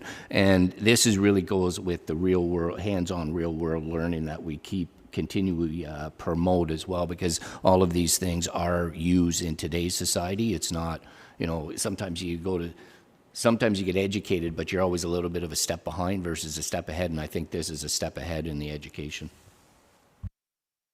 Thank you. Councillor Denton.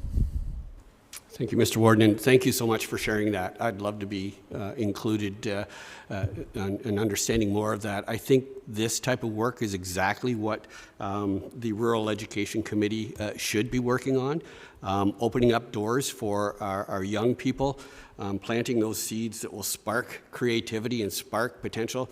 I know for me, when I was a young boy, I used to dabble a little bit in electronics, and I ended up going to school for that, and it played a very, very important role in shaping how my career played out. But it all started with a little bit of hands-on, a little bit of interest, being able to spark their creativity in that environment. So thank you for sharing that. Very, very interesting.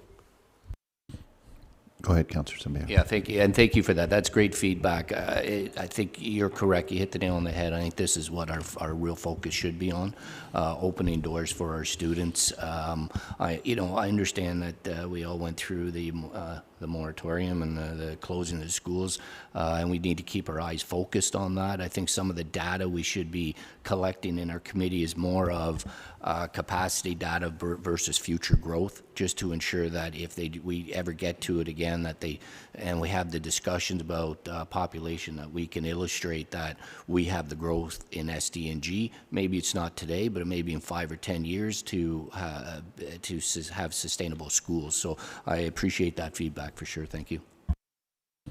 Thank you. Social Development Council, anything coming up? Forest Working Group, we have a meeting coming up, I believe, on December 10th. December 10th, yes, I see Phil nodding back there. Border Mayors Alliance, anything? Thanks, Warden. Weekly meetings kind of put on hold for now as just moving to the next stages of the committee. Thank you very much. That's it for boards and committees. Key information, ex-trillium response 2026. Who's coming up? Beeler and Todd.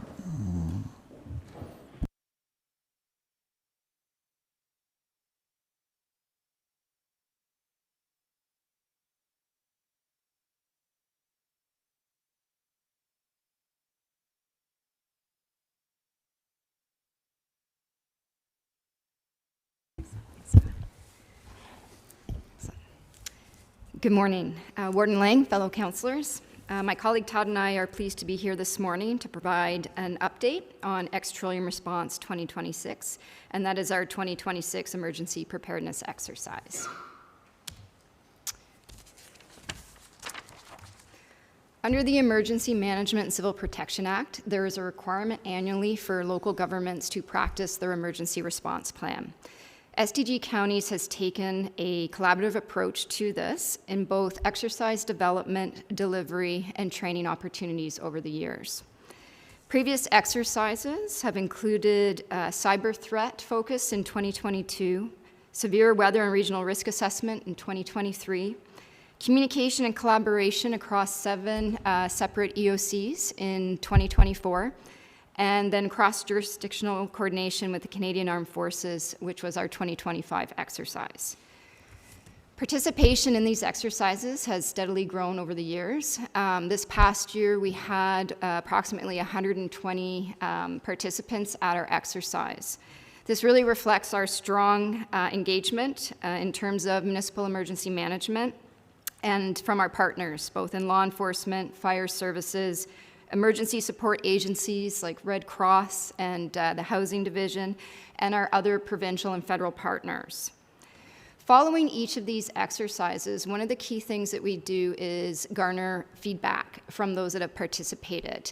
And that feedback and those recommendations are put into an after-action report.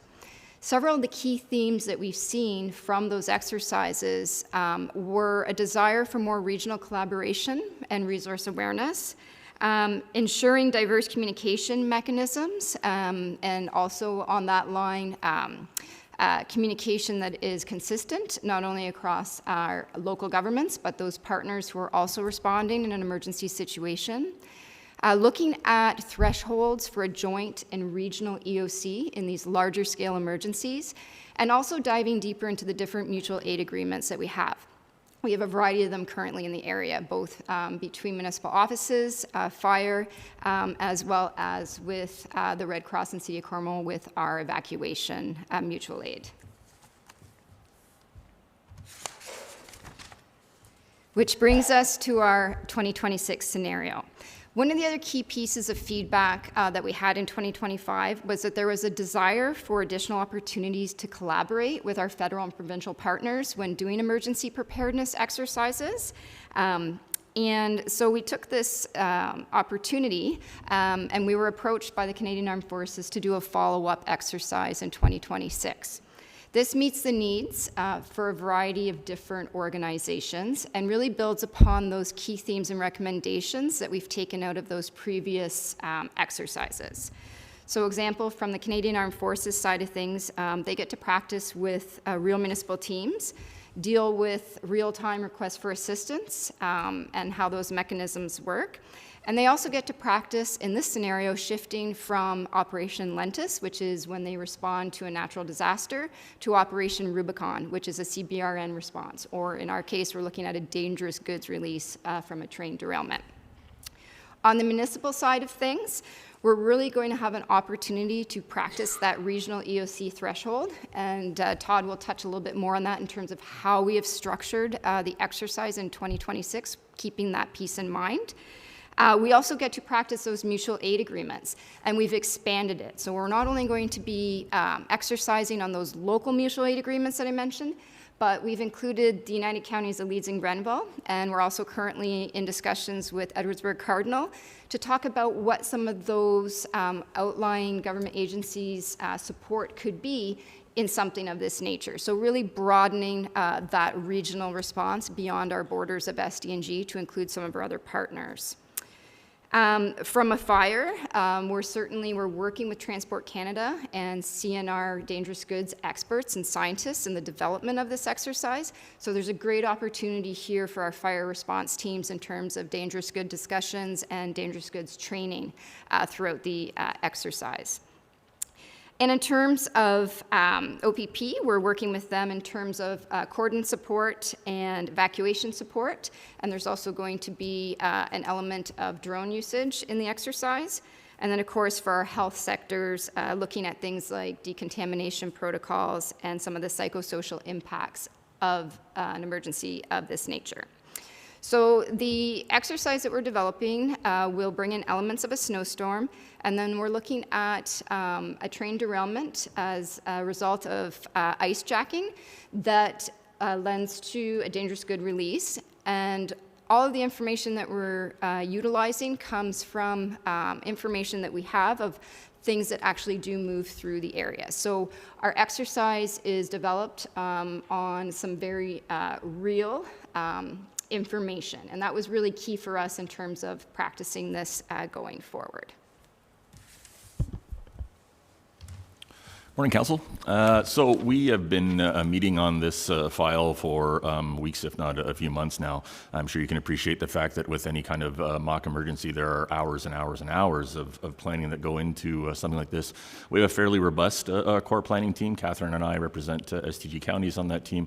We also have representation from North Stormont, Canadian National Railway, their Dangerous Goods Division, Transport Canada, the Canadian Armed Forces, the OPP, Eastern Ontario Health Unit, Emergency Measures Ontario, EMS's partner as well as SDG and Cornwall Housing Division and the City of Cornwall. And we've kind of broken down our team into various roles. Exercise players, obviously, are the people who are taking part in the exercise.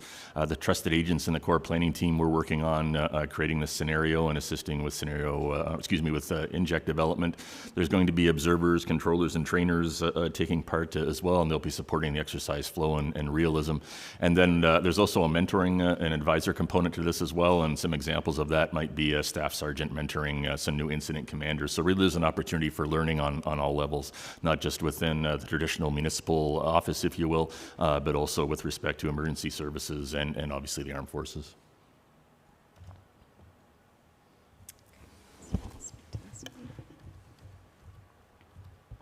All right.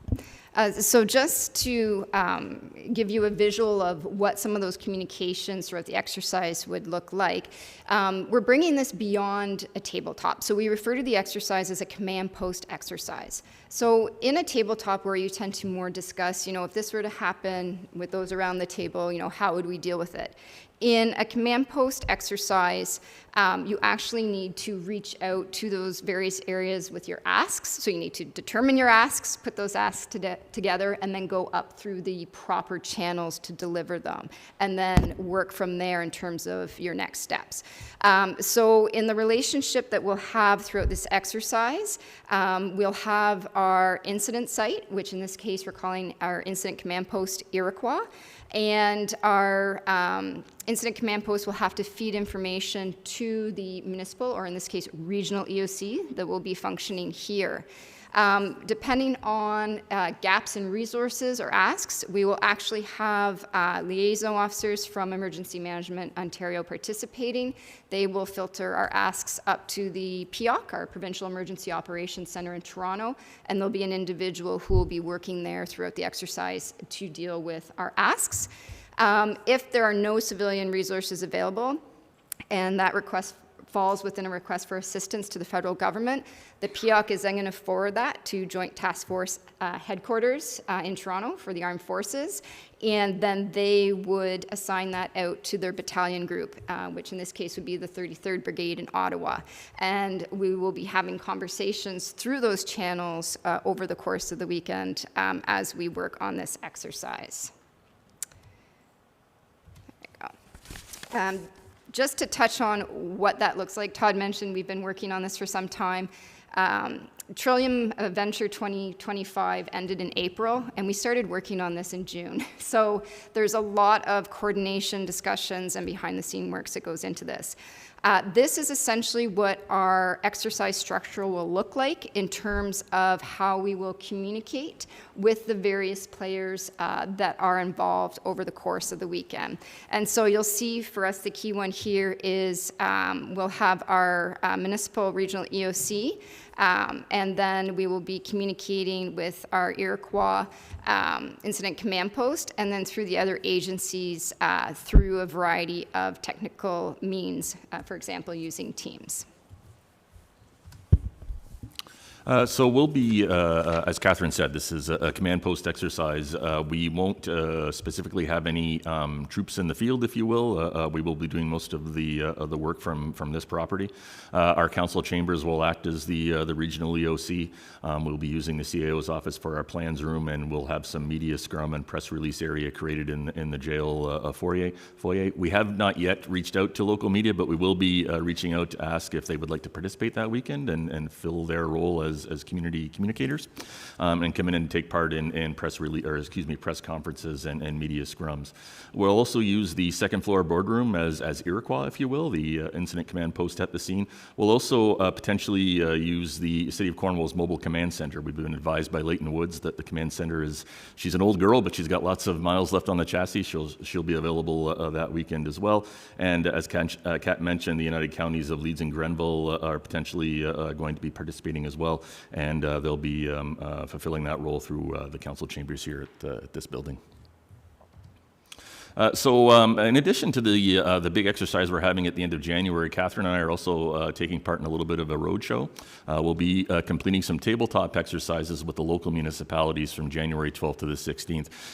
And so that will be an opportunity for local municipalities to fulfill their requirements for their annual exercises. We'll come with an exercise in a box, essentially, and we'll do those tabletop exercises that week in January. I'll have a little bit more information for you on that in a second. Excellent. And in terms of the command post exercise, this exercise is going to run from a Friday evening to a Sunday morning. So it is the last weekend of January into February, so the 30th, 31st, and then February 1st. So we've been working on a major timeline for what that would look like and making sure that we have all of the information for how that exercise will roll out. We've been working on a micro timeline as well as a master event scenario list. These three here are essentially completed now and are just being reviewed by that core planning team.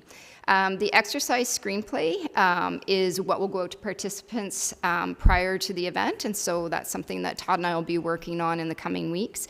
And then, of course, our player scheduling, our observer controller scheduling, as well as any weekend logistics we're working out currently. And then following the exercise, there'll be an after-action report that we'll provide to all of those who participated.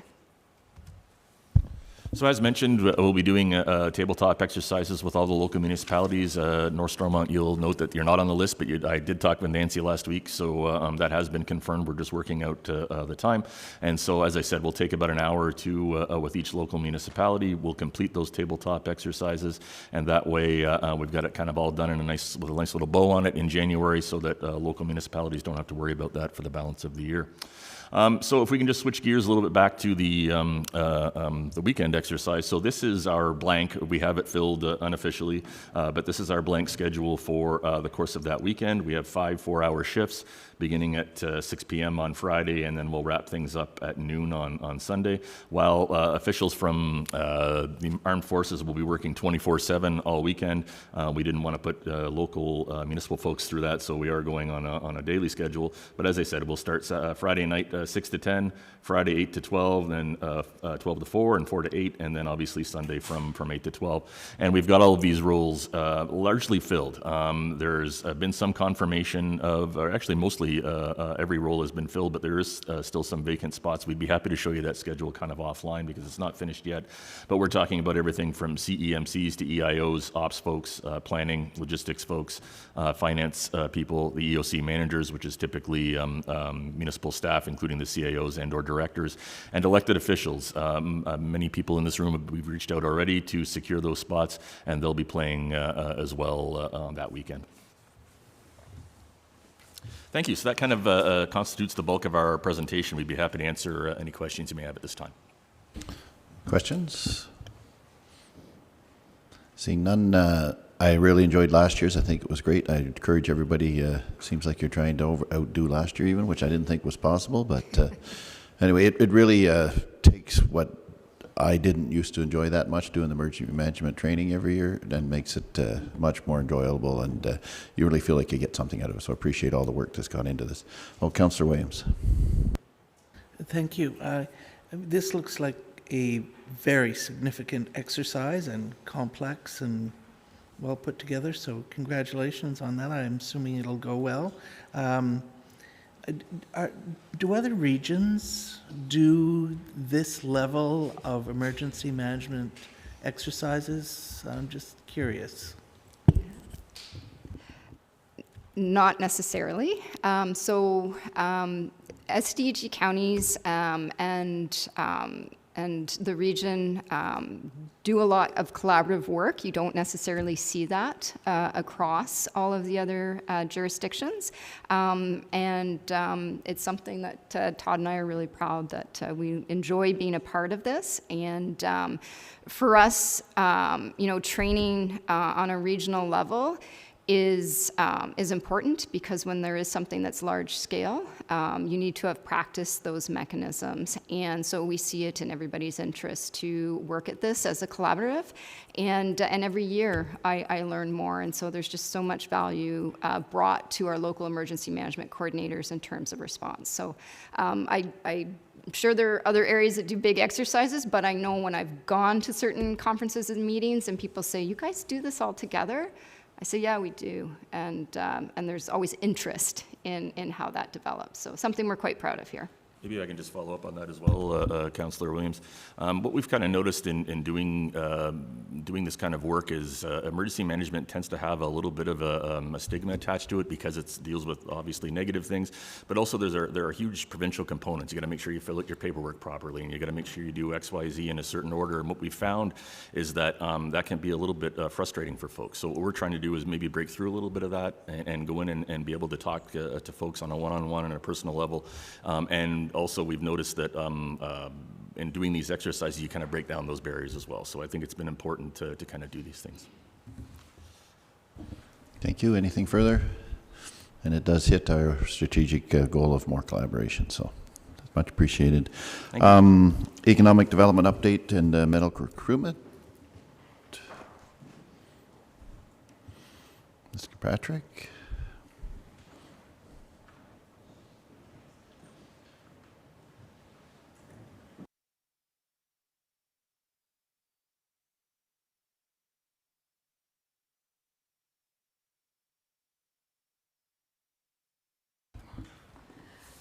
Good morning, Mr. Warden and Council. Thank you for giving me a few moments to update you on my recent economic development activities. Since I returned in early September, it's been a busy few months. Shortly after my return, I was approached by the Great River Ontario Health Team, of which we are a member, to see if we would be interested in being a lead applicant for the Rural Ontario Development Program grant that's issued by this province. It was formerly referred to as a RED program and is now under ROD. The Great River Ontario Health Team in this project will act as the lead partner, which is also supported by around 50 other government and health representatives from across SDG, Cornwall, Akwesasne, and the Township of Russell. We expect to know around the new year if our application will be successful, and if it is, it would be in an amount somewhere of around $100,000 for a marketing project. It has been identified by Ontario Health that more than 21,000 residents in our territory of SDG, Russell Township, City of Cornwall, and the Mohawk territory of Akwesasne are currently unattached to a primary care official, so they don't have a doctor or a health official of any kind. This number is significantly rising each year. We have been made aware that through these unattached primary care provider statistics, we would need to recruit at minimum 39 doctors for across this combined region just to meet the current needs. This would be bringing in nurses, nurse practitioners, and other health professionals as well, including social workers, but the current needs that are identified as the greatest concern are nurse practitioners and physicians. If successful, the ROD grant program will enable us to launch the marketing campaign that is going to be geared at looking across Ontario for recruitment efforts. It's also going to create the tools that we would need to recruit to other provinces as well as outside of Canada into the US. There's been an expressed interest from physicians recently from Quebec as well as from the US. Working in partnership with the City of Cornwall, I attended 2 jobs fairs this fall that aimed at recruiting health professionals to SDG. We spoke with hundreds of potential candidates and have had some strong follow-up meetings with some of these candidates, including a few new to Canada physicians who are working on their accreditation, one of which has actually expressed a great deal of interest in the county and will be licensed as of January. Over the past year, Karina and Hannah have worked hard to develop a new regional resource guide, which Kimberly kindly distributed to you a few minutes ago, which will be an instrumental tool for new residents and others looking to learn more about the region and the municipalities. We have begun distribution of 10,000 copies as of October. They should be at your town halls. And we've also been sending them out to our job fairs, other events, where we're looking at new residents interested in the area, as well as new residents walking into your township for the first time to pay their taxes. In terms of the Regional Incentives Program, Peter's already mentioned that it is going through a review process right now. Our REPAC members will be called in shortly to look at part of that review process. And the goal is to improve some of the housekeeping aspects of the grant, as well as looking at new potential for that program. I'm currently in the early implementation stages with the goal of having this ready for you sometime early next year.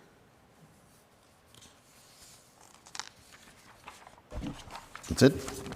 Thank you. Questions, comments? Councillor Broad and Councillor Williams. Thanks for the presentation. Thanks for information. Really great to see more activities happening, as we always struggle with doctor recruitment in that way. At a future meeting, could we get an update on the grant that we did in cooperation with the City of Cornwall on the physician, on their funding that they're to receive, and we're splitting with the city? I'd like to get an update, if we could, on that. Absolutely. Doctors. Yes, and that program, how that went. Thank you. Councillor Williams. Thank you, Mr. Warden. Just a comment on the physician recruitment. It's really good. In the past, efforts on this kind of initiative have been piecemeal and sometimes quite siloed. And so I just want to say it's really good to see the Great River Health Team, is that what they are called? The Great River Ontario Health Team. Yep. Working closely together with SDG and the city and a more regional approach here, bringing in partners, the added funding, which is really going to be able to drive this initiative. So I'm just glad you've gone bigger, better, and it really should produce some results. Thank you. Thank you. Thank you. Anything further? Thank you very much. Thank you. 2025 Tourism and Historic Jail Overview.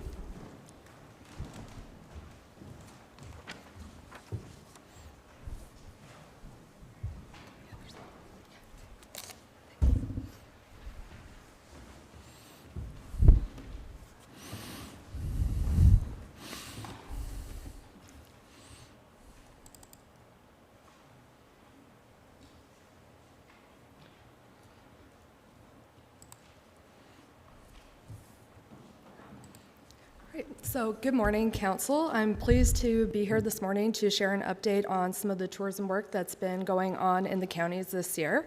So to start, I'll speak to the visitor guide.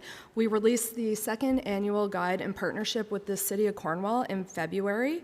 We printed 60,000 copies of the guide, and as in previous years, they were distributed via CTM media, at consumer trade shows, as well as at local businesses and regional tourism events that our students attended.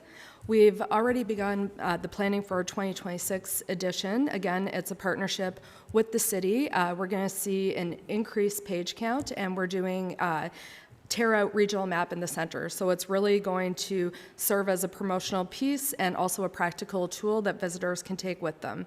We're going to continue to focus our distribution along those key corridors, especially with some major events that are coming into the region, like the FIFA World Cup, and we're going to see some increased visitation to the area. Next, I'll touch on the tourism summit that we held. So Cornwall and SDG counties in April co-hosted a first regional tourism summit. We had some great participation, and it really was a key priority from our 5-year tourism strategic plan. Again, we welcomed more than 90 participants and heard from industry leaders, including the president of TAIO, Andrew Sagworth. Also, planning for the next tourism summit has begun, and we've scheduled it for April 22nd, 2026. Taking a look at our regional tourism grant, again, we saw another strong year. We had 25 applications that were received, with 16 organizations receiving funding, and our budget this year was $40,000.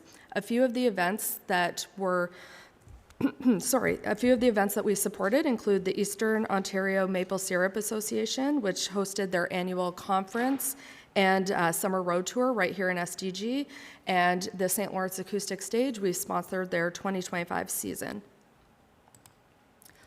Moving forward, we've continued to promote the region through a mix of broadcasting and print campaigns. So first, we've done some, on the broadcasting side, we've continued our partnership with Bell Media, CTV Ottawa, and Global TV. So our commercials have aired on CTV Ottawa in the summer, fall, and we have another flight scheduled for the 2026 winter.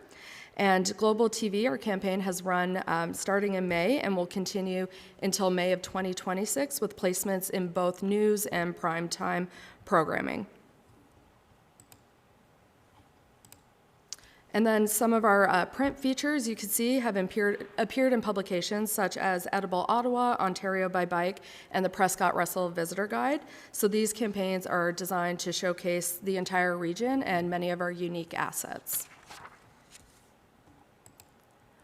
So finally, I'll wrap up speaking a little bit about our visitor services efforts. So this summer, we hired 5 summer students to provide mobile visitor services across the counties and to operate the historic jail. They served as both tour guides and visitor ambassadors, attending fairs, festivals, and pop-up locations throughout the season. We were successful in receiving some grant funding for a couple of the positions for summer students in the amount of $5,000.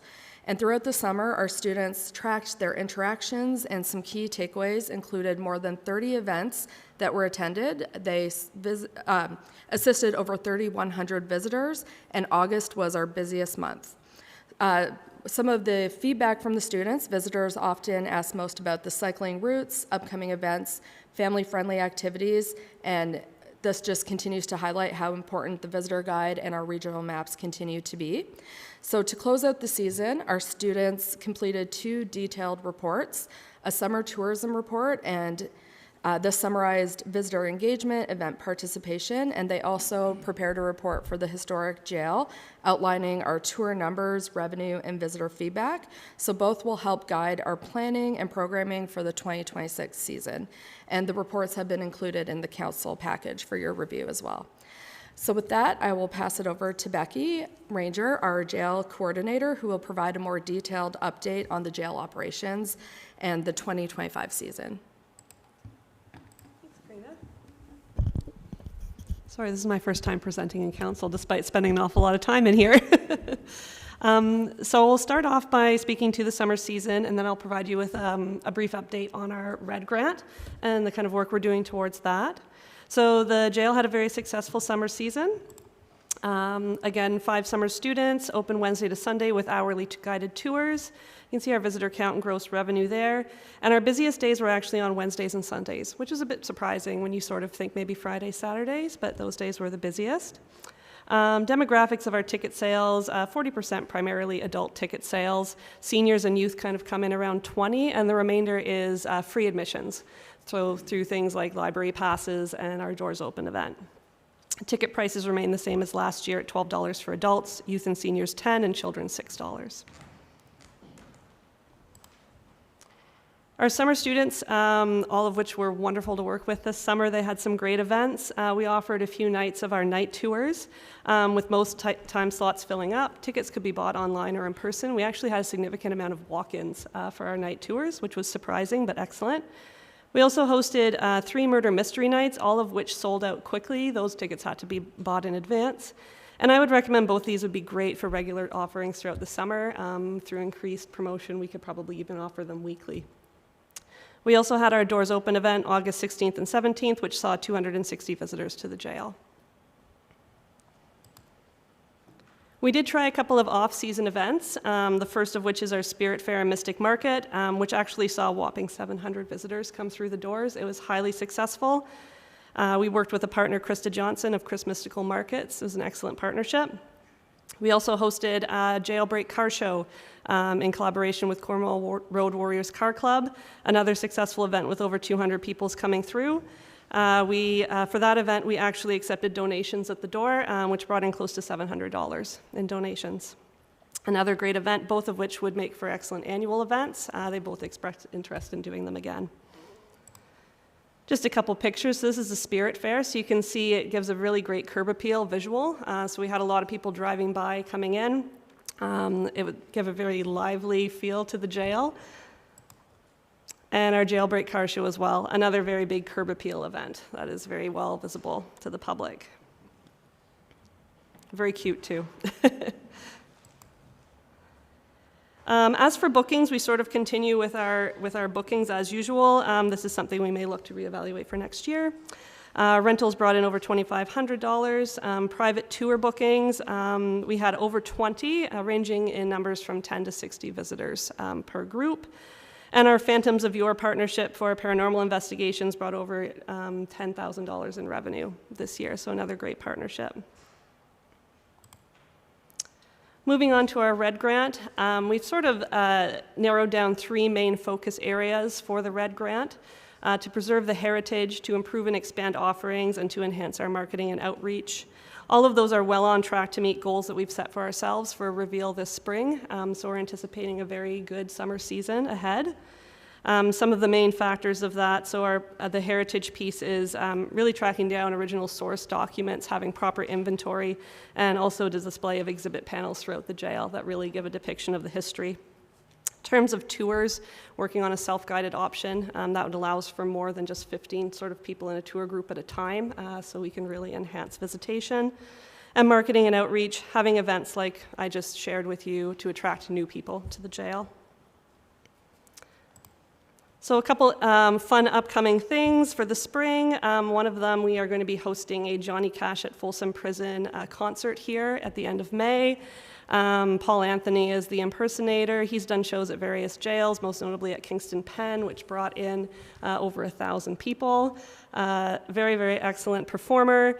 Here we'll be able to accommodate 100 people per show. We're planning on doing 2 shows, a matinee and an evening show. Ticket pricing will be about $70, and we'll be doing a $50, $20 split with Johnny Cash, and we're hoping that's going to be a great event. Tickets are currently on sale, but we haven't really boosted that yet. We will in the new year. Another interesting collaboration I'm working on is with Lost Villages Brewery to develop a brew for the jail. We've met with the artist. It'll be the artist who created this particular can, as well as Granny's Ghost is another one. So I think once we get a good concept, it's going to be a really, really neat visual thing. And we're hoping to serve that at our events, our reveal in the spring, and at our Johnny Cash concert. Any questions on the jail's progress? Thank you very much. Oh, Councillor thank you. Worsham, go ahead. Go ahead. You through, Warden. Wow, you're doing a lot at the jail. That's amazing. Oh, thank and you. very, very busy. I saw that you gave a revenue, but I just wondered if you were covering expenses yet, or if you needed to do even more activities to cover expenses. I think that'll be something looking forward. Like this year, we do have the RED grant funding, so we're sort of operating within our budget on that way. Factoring in several things. Karina may be able to speak more than that. She is more well-versed in how the budget runs, but Karina, do you have anything to add to that?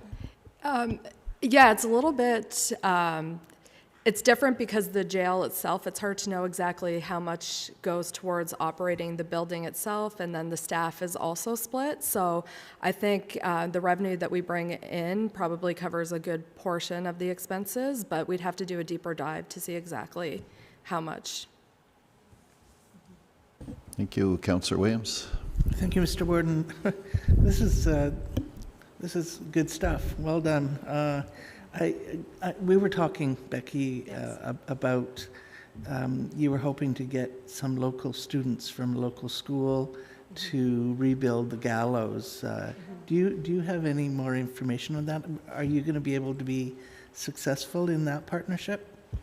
Well, I'm still reaching out to the contacts you provided, which was very helpful. Thank you. Originally, we had reached out to a company in Montreal to provide a quote from a heritage perspective, a heritage builder perspective. It was exceptionally high, not something that we can really fit into our budget. So currently, we're exploring other options. We're looking at quotes from local contractors and also looking into the market of working with a school as well. Potentially. So we are on track to do that for this spring, and that is within our plans. Thanks. Thank you. Anything further? Thank you very much. Thank you. And we're moving on to 11.4, SDG Counties roadside tree planting. And this is Carmen Harper, but I'm assuming that Phil will come up as well.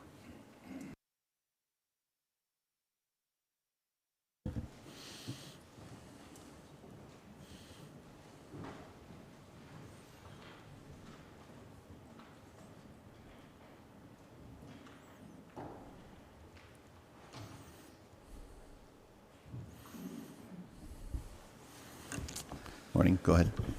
Thank you, Warden, and hello again, Council. So this report today is just to highlight some of the work that the department's been doing with respect to our roadside tree planting program. Since 2022, the department's taken it on ourselves, and we've been successfully planting about 2,000 trees a year. The goal of the program is to promote healthy trees, but also that have a factor of safety involved as well. All the locations have been identified by our patrol supervisors as hazards in the wintertime because of snowdrifts. And so the primary goal would be for safety. Additionally, there is the benefits of the aesthetics on our roadsides, as well as all the sort of carbon sequestration and green living initiatives that come into play. So one of Council's strategic priorities was the green living in our roadside operations. We feel that this meets the description of that. Currently, we are still installing some physical snow fence with the old sort of manual labor installation with the steel post and the plastic snow fence. We're trying to move away from that and having a more permanent living green snow fence installed within the property limits. And so I touched a little bit on why we're planting in these specific locations. As part of that, and prior to having a contractor go out and install, we would be looking at our property limits, making sure we are staying back from the property line that's available on our reference plans. We'd be looking at any sort of municipal drains and entrances and staying away from that. If the contractor happens to make an error, these are fixable items. We can remove a couple trees if it's done in error. But in 2025, staff have driven the planting sites, and we don't feel that there are any errors blocking entrances or municipal drains. The other thing I wanted to highlight too is the species that we plant. Phil can probably speak to it a little bit better than I can, but it's a Norway spruce, and we did attach a OFA best management practices, and the Norway spruce is sort of the preferred planting or the preferred tree species because it's successful in a variety of different soil types. So speaking to that a little bit, we also wanted to discuss some of the physical planting challenges that we kind of get into. You know, there is a typical cross section. It's going to be our county road, shoulder, roadside ditch, and back slope. When we're picking these locations or that alignment for these trees, we want to stay as far back from the center line of the road as possible. We don't want it in the ditch line because it blocks drainage. We don't want it on the forest slope because that's where all of our signs go and majority of the utilities are located.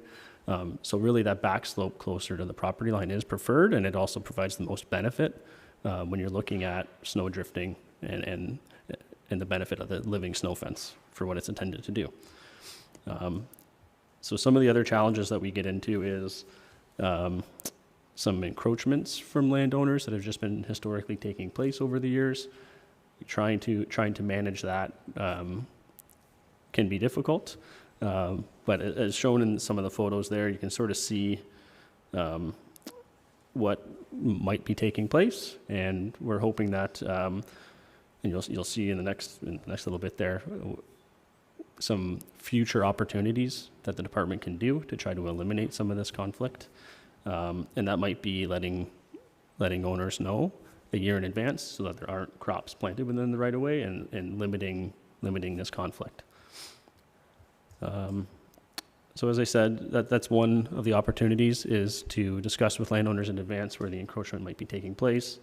I think it wouldn't be too onerous of a task for us to complete a fact sheet that we can distribute and post on the county's website about this program, what the goals and the intentions are. We can also put together a planting map, a few months, maybe a year in advance, just to so that if people are interested about where next year's plantings are and they want to reach out in advance, we can certainly have those conversations earlier on. And then also, try to continue working with partnerships to get these done on private property as well. You know, there are benefits to windbreaks. And if with support from some other local agencies and partners, I think we could work to getting these done on private property as well. So we're here mostly for questions or answers. If anybody has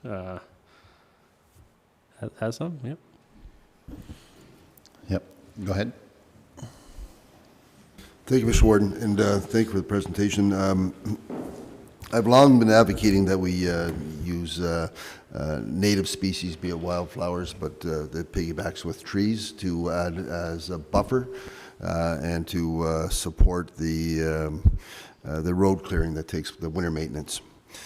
When I went through the report, I was kind of looking also for what efficiencies, dollar-wise, would be anticipated with the planting and or the wildflowers, the native species, acting as wind blocks. But to your point, Mr. Harper, about the try to reach out and the concerns with the encroachment, has there been great amounts of communication or meetings held with the DFA or the SFA, or I'm guessing it's the Glengarry Federation of Agriculture? Have you had many meetings, and how would those meetings have gone? Maybe that's a question better answered by Mr. Duncan, but nevertheless, I'm wondering about the success of those things. Yeah, this is my, I think, start of my 4th month here. So all of the history having to do with past practice, I might refer to either Trevor or Dunk or Phil on. I do know that as we've reached out in the past for planting locations, and we haven't got a significant number of responses. I don't know, I might pass this off to Phil if you have. Sure, we haven't been either approached by any of the federations, but we would be happy to work with them to develop some type of guideline or what the appropriate notice may be for planting. I think, one concern is the species that we are planting, but we do optimize available resources from the Ontario Federation of Agriculture in our tree selection and location selections as well. So we're sort of following already those best management practices, but maybe a little bit of enhanced communication with those federations just to kind of promote that and show what we are doing within our right-of-ways. Go ahead, Councillor Hazer. Thank you. Thank you. So I know I've been actually, Councillor Rod and I have attended a DFA meeting, and we did have an opportunity to attend a DFA meeting months and months and months ago, where the area OFA Representative Clint Cameron, I believe it is, I think that's the right name, and believe me, I know the challenges. To try to communicate and express when I think of the large ag burn bylaws we put in place, and the need for lots of communication with the DFA, I'm sure with all the other associations, so they have a feeling of ownership and partnership on the decisions, and a better understanding of the decisions, because as our industry is ag, our partners in ag, they do tend, and rightly so, go it alone. They have their thoughts and the best practices, and so I found that meeting that Mr. Cameron was at from the OFA really supported the things that we wanted, the message that Councillor Broad and I wanted to deliver, and because it's that overarching of the OFA over top of the lower tier organizations, and I found that was it was a good tool for us to have at our disposal. Thank you. Councillor Bergeron, then Councillor McDonald.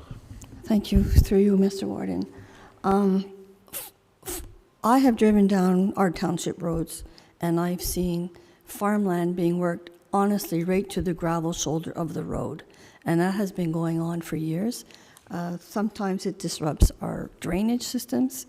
I actually had a farmer a few months ago approach me complaining that a utility pole that had just been installed on her property had broken her tile, her drainage tile, and then when she showed me the picture on her phone, the pole was on road allowance.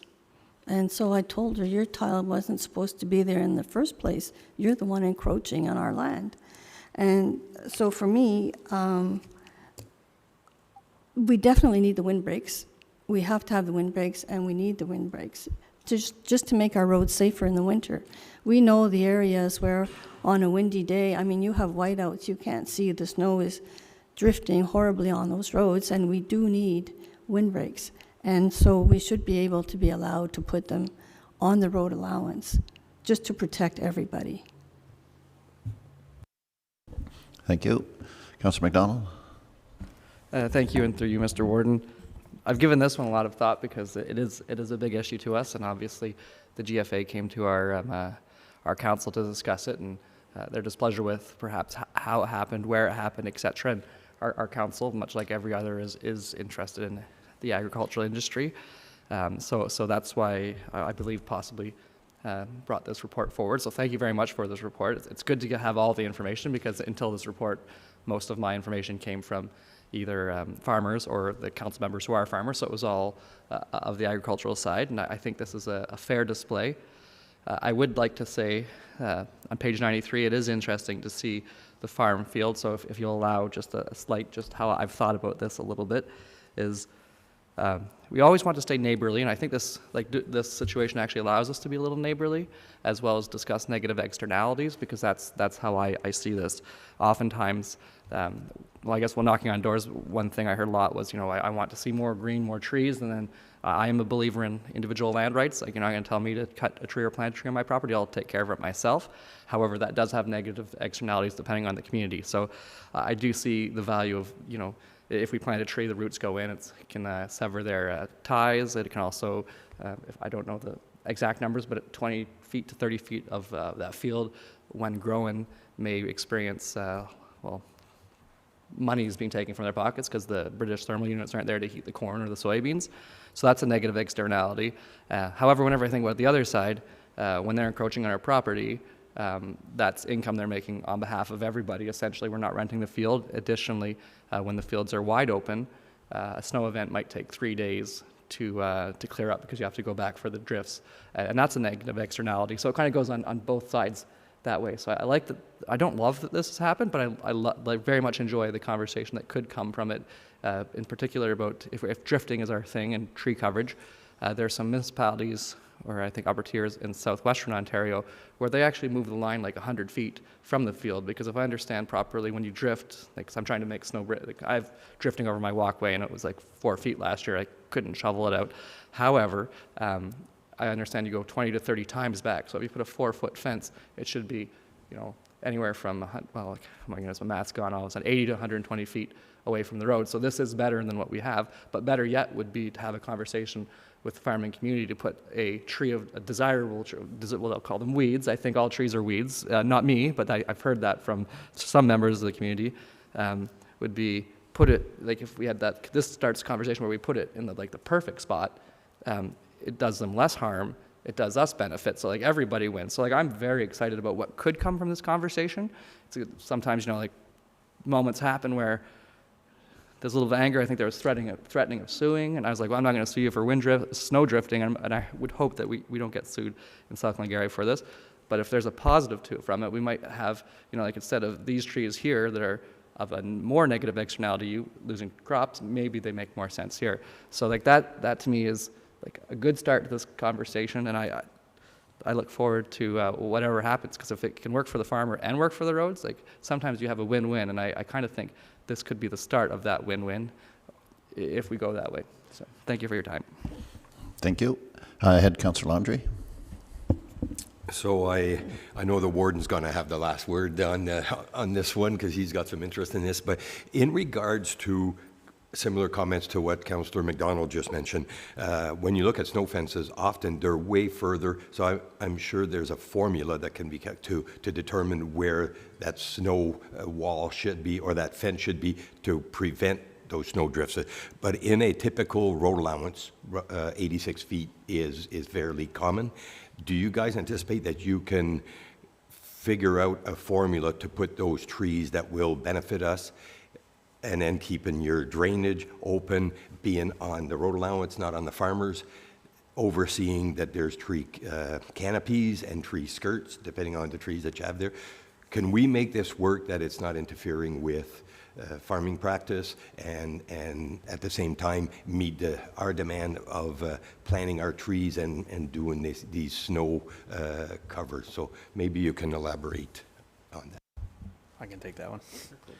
Sure, yeah, so the species that we are planting are Norway spruce. They're low-hanging branches, and as I had included in the report, have the ideal architecture for providing windbreaks. This has been studied by many different agencies, and what we're working with is the operational constraint. So yes, we would love to put the snow fences and trees on the as far back from the roadside as possible, and there are studies that look at that. However, given the constraints that we have of putting trees on private land, that's where number 5 with those additional opportunities outline the opportunity to work with local agencies who deliver tree planting on private lands. Currently, we do not, from the county side of things, do not do that, but we would be able to partner with local planting delivery agents to offer that service where people may be interested in that.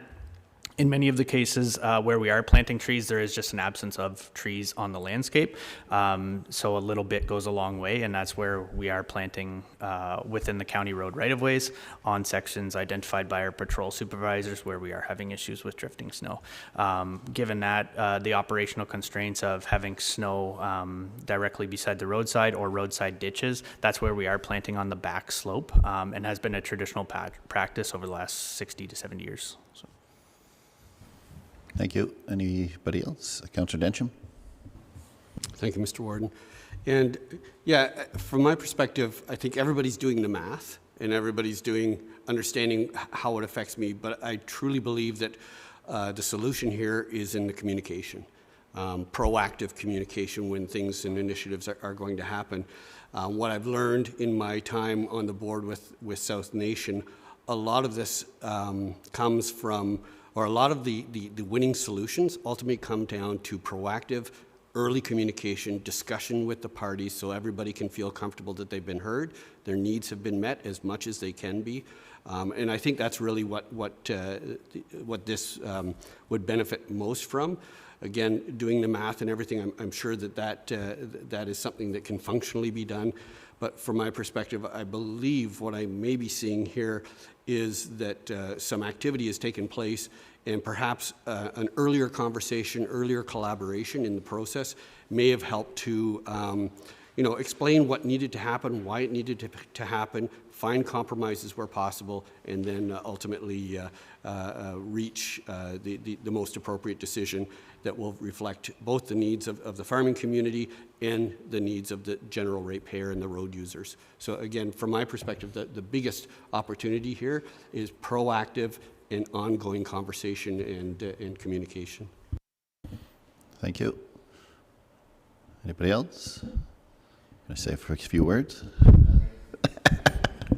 I appreciate the conversation very much. I think this is, and I'm going to feed right off of Councillor Densham, that this is what needs to happen, is the conversation needs to happen. And I don't need to talk a lot because I think there should be more conversation instead of coming from me. I would love to see if there was an agreement around here. I know the farm community is extremely busy and the snow has really set them back. So I talked to Duncan Ferguson, who's the president of the Glengarry Federation last night. He's going to be working hard, like they go day and night right through till pretty near Christmas. Would there be interest around this council table to have a committee of a whole to let not necessarily the farmers come in, but the Federation of Agriculture, maybe a collaboration between the Stormont, Dundas and Glengarry Federation, come in, present their side of the story, have that conversation amongst ourselves, and see if we can, at least hear the other side, and then whatever council decides, I guess we move forward with. And I want to comment that, and I had a good conversation with Councillor Broad. I think staff is moving forward with the direction they've been giving at this time, so I have nothing to say negative about what staff is doing. Maybe there could be more collaboration, but I think they're moving forward with the direction they've been given up till now. But I would love to have a committee of a whole, maybe early January, to hear both sides and move forward. Any thoughts on that? Thank you, Mr. Warden. Yes, I agree with that. I think that would be very proactive on our part. I just want to make sure that when we invite the DFA, and I don't know what they call the Stormont SFA and the GFA, is that it's a few members from each one. We don't want 100 farmers in here, and we won't be able to get the job done of getting down to the bottom of what we'd like to see and what they would like to see. So I'm hopeful that that's what we could do, and I'm in favor of that idea. Thank you.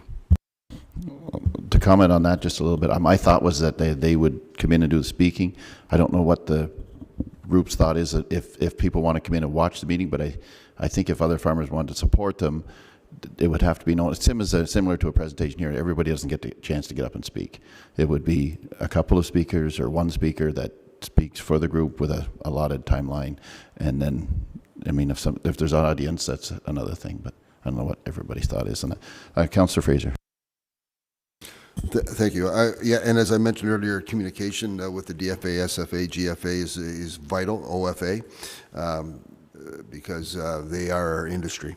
But if there's going to be a meeting, I'm fully supportive of a meeting. I would suggest for the benefit of all those ag people that are, and we know they are busy, that we hosted, I'm looking at Warden-elect to host it in Avamore at the is it Fairview Place? North Stormont Place, thank you. That's about the most central place for all of our ag people to easily access, as opposed to driving into the city of Cornwall. Thank you. Thank you. Any further comments, questions? Do a thumbs up if you're interested in we doing something in January. All right, thank you. I see enough, and staff can put something together, and if there's any questions, they can run it by us. Appreciate it very much. Thank you, gentlemen. I'm on to 11.5, administrative update. Madam CEO. Thank you, Mr. Warden. Sorry, I just need to find my... So just a little bit of my schedule. I also have indicated some other items and key dates. You're asking about budget, so that is December the 2nd and December the 3rd if the other date is required. County Council meeting on December the 15th and January 26th. The meeting in January is later because of the Roma conference that happens from January 18th to the 20th. Just want to remind everybody that we have our inaugural meeting coming up on Friday, December the 12th. It will be at 11:30 a.m. here in Council Chambers, and then we'll have a luncheon afterwards at ESCA. Those are just my items, and that's it. Thank you. Questions for Madam CEO? Seeing none, correct me if I'm wrong, I think we're on miscellaneous business, and we have a couple of things to discuss there. Madam Clerk. Yes, through you, Mr. Warden. Councillor Broad would like to speak to the Snowmobile Club item. Yeah, thank you, Clerk. Thank you, through the Warden. Just briefly wanted just to speak on the resolution that we passed at South Dundas, as maybe appetites in other communities are at this table to bring that resolution forward. Riverside Snowmobile Club, which operates basically in South Dundas, has 164 kilometers of trail. They receive money to look after those trails through trail permitting through the Ontario Federation of Snowmobilers. Our club and many other clubs in Ontario have been advocating to raise trail permits because they do not have the right to do so. They have support of the snowmobilers. They have support of the Federation. It is owned by MTO, and MTO has continued to deny their request to raise fees for their own club participation.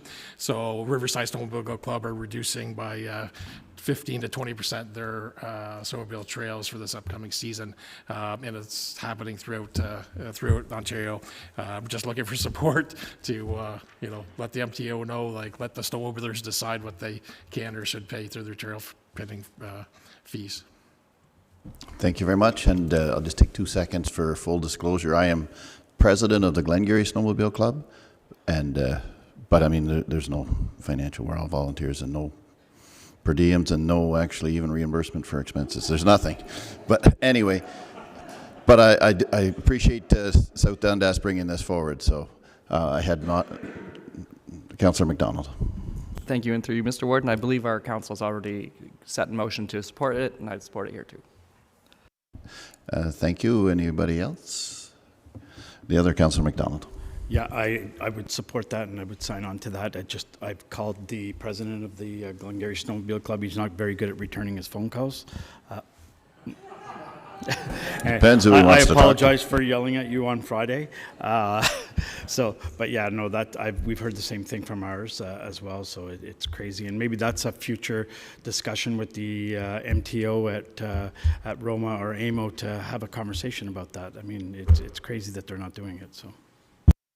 Thank you. And just if anybody that doesn't snowmobile, I bought a Quebec Pass for $425 a few weeks or a month ago, and to buy Ontario Pass is $200 and change, and it doesn't seem to be keeping up with the expenses, and because of that, the province has basically mandated all of our snowmobile clubs to have to cut 20% of our trails, and we're just worried that we're going the wrong way. We're going to cut trails, we're going to lose membership, we're going to be even worse off than we were rather than having good trails. That's our thought at the club's level. Anyway, Councillor Densham. Yeah, I agree, and we had a good discussion at our local council meeting as well, and I think we're going to be supporting it. But it's an indicator of a much bigger problem. The fee freezes are not just for the snowmobile clubs, and I think we're experiencing them in many different organizations. And for a number of those organizations, where the buck stops is it comes back down either to the users, like in your instance, or into and you having to make difficult decisions like closing trails and those types of things. But when it comes to municipality and other corporations that the municipality uses, it can often come back down to our own ratepayers, right? So our own ratepayers are having to absorb costs, like through Conservation Authority, when fees happen, our own ratepayers will have to absorb those costs, and that tends to hurt the people who are at the lowest end of the scale there. Sorry if I'm repeating myself at the table here, but I did some analysis on this for North Stormont, and about 25% of North Stormont's population right now would qualify for subsidized housing. So if we're asking them to also subsidize fees for other decisions that are based on user fee freezes, where, in my opinion, the people who are benefiting from those activities should be paying for that, it's just the wrong thing. So I think there's a bigger topic in terms of fee freezes that, and this is just another symptom of something that's happening that is affecting many, many different organizations. Thank you. Since you already spoke once, I'm going to go to Councillor St. Pierre, then Councillor Rod. That's right, he already spoke. Thank you, Warden. I think the other thing you touched upon a little bit is the economic impact. You know, locally, I know that the snowmobile season is short, but I mean, if you look at the trails that are being cut, it is to our villages and hamlets. I mean, Iroquois alone is going to get cut, so now no gas, no food, no other things that they pick up, and that's all around. So there is an impact economically to it as well. Again, I know it's a shortened season, but if you take in the number of snowmobilers throughout, it does help. You know, so it's small business, and that's what it supports, is small business. Thank you, Councillor Broad.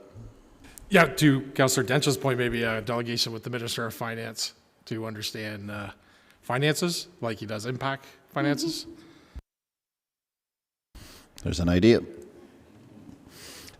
Councillor Andre. So if I can just add, I think this is more than just one municipality, so I would maybe look at our CAO to inquire. The delegations for Rome are coming, and I think it's something that could be brought up as a whole for our region. It's like to say it's similar to a cost recovery, and when they identify what they need to operate is the 7%, well, they're telling, and for the province to come up and say, no, you can't do this, does not work. And if you look similar to maple syrup, the province of Quebec have escalated and took that market where we have more trees than Quebec to be tapped, but we're not.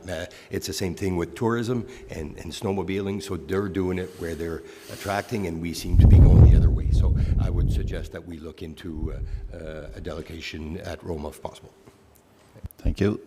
Madam Clerk has a resolution if you're interested. There is a motion. It's moved by Councillor Broad and will require a seconder, and it reads that the United Counties of Stormont, Dundas and Glengarry support the municipality of South Dundas's resolution concerning opposition to MTO's decision to deny an Ontario snowmobile trail permit increase, and that a copy of this resolution of support be sent to the Minister of Transportation, MPP Nolan Quinn, the Honourable Stan Cho, the Honourable Victor Fideli, the Honourable Neil Lumsden, the Ontario Federation of Snowmobile Clubs, and all SDG municipalities. Thank you. I get a seconder. Councillor Fraser's got his hand up. Oh, and wants to speak as well. Go ahead. Certainly, I made a note for myself, Mr. Warden. Thank you for allowing the interruption. But there's an MPP that's an avid snowmobiler from Ottawa South. He's an avid snowmobiler. He's a great supporter of the trails and that system, and I have a note to call, but I think that if it may be included. MPP DeRuse, I believe. Okay. All right. Thank you. Any further discussion? All those in favor? That's carried. Thank you. We had one more item, I think, under miscellaneous business, and that was Councillor Bergeron. Thank you, Warden. I just wanted to speak a few minutes on a personal experience. On Thanksgiving Day, I received a phone call. I answered the phone, and the person asked for me by my first name and told me that my credit card was compromised and they want to issue me a new one. And it just didn't sound right, so I said, okay, first of all, this is Thanksgiving Day. I don't expect a phone call from a bank. I will call the bank myself. So I hung up, and I called the number behind my credit card. Now, the interesting thing was the phone number behind my credit card was exactly the same as the phone number that came in on the call display, except for the last 2 digits. Anyways, eventually I got the fraud department, and to confirm my identity, you know, they asked you 2 personal questions. They asked me about a couple of bank transactions, if I knew what they were, what date, so forth. And then after that, he said, okay, now we have voice recognition, and since you've been speaking to me in the future, we won't be asking you these questions. We'll just use voice recognition. Anyways, he went through my bank accounts, my credit cards, everything was fine. So I hung up. And then some things came into my head. First of all, my landline is not in my name, it's in my son's name only, and he has a totally different name than I do. So how did someone call that phone number and ask for me by my first name? That was the first question. Then I also tried to call that number that showed up on call display, and it did answer Bank of Nova Scotia exactly the same as it did the other phone number that I called. So I don't know if these scammers somehow got into this phone line, or if they're using voice recognition and then creating a new, you know, like me thinking I'm actually calling the bank. And then the fact that he said, now we won't ask you these personal questions, we'll use voice recognition. I thought, whoa, hey, not every honest person, you know, they can use voice recognition. And so that really concerned me also.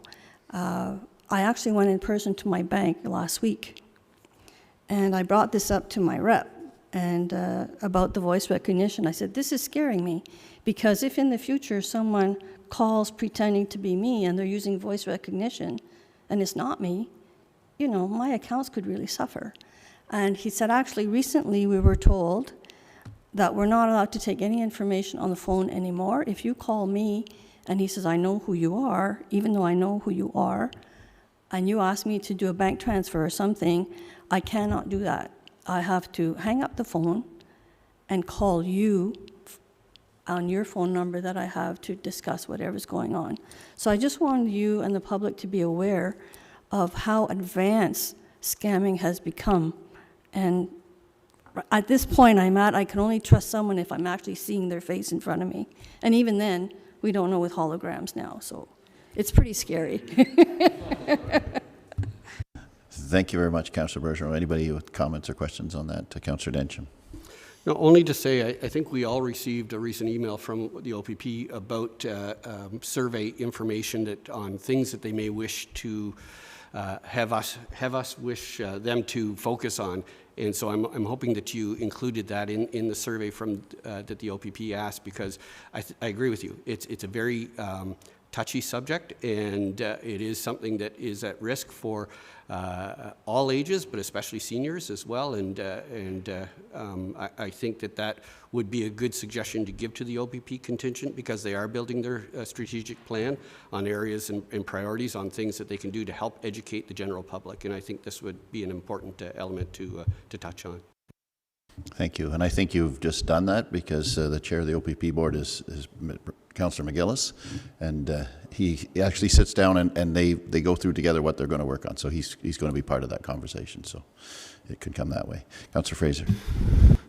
Thank you, Mr. Warden, and I'm really trying not to prolong the meeting, but listening to Councillor Bergeron's challenge with the scams and Councillor Densham's, Officer Duguay from the OPP is at least the Winchester branch has presented a fraud session, and things take time, but we're waiting for engagement and some more information to come from Inspector Hemrick and Officer Duguay to to compile something to present on our website, on our social media, and maybe if that comes to be, maybe we can have Mr. Laiho do something similar for the counties and put it out on the website and keep promoting and supporting the idea that fraud, it's so rampant. And Officer Duguay was recently relating a story about one of the people that attended the session at the Winchester branch of the SDG library, who later bumped into Officer Duguay and said, yeah, even sitting through the session, I still got caught. And the number of millions of dollars a year that is defrauded from citizens in Canada is astounding. So it's a great operation. It's a great business for those criminals. But I guess my thoughts for North Dundas should extend to SDG and have it on our SDG website and social media. Thank you. Anything further? All right, if I haven't missed anything, Madam Clerk, are we moving to close now? It's moved by Councillor Landry, seconded by Councillor Bergeron, that council proceed in camera pursuant to Section 239(2)D of the Municipal Act 2001, labor relations or employee negotiations for a collective bargaining matter. All those in favor?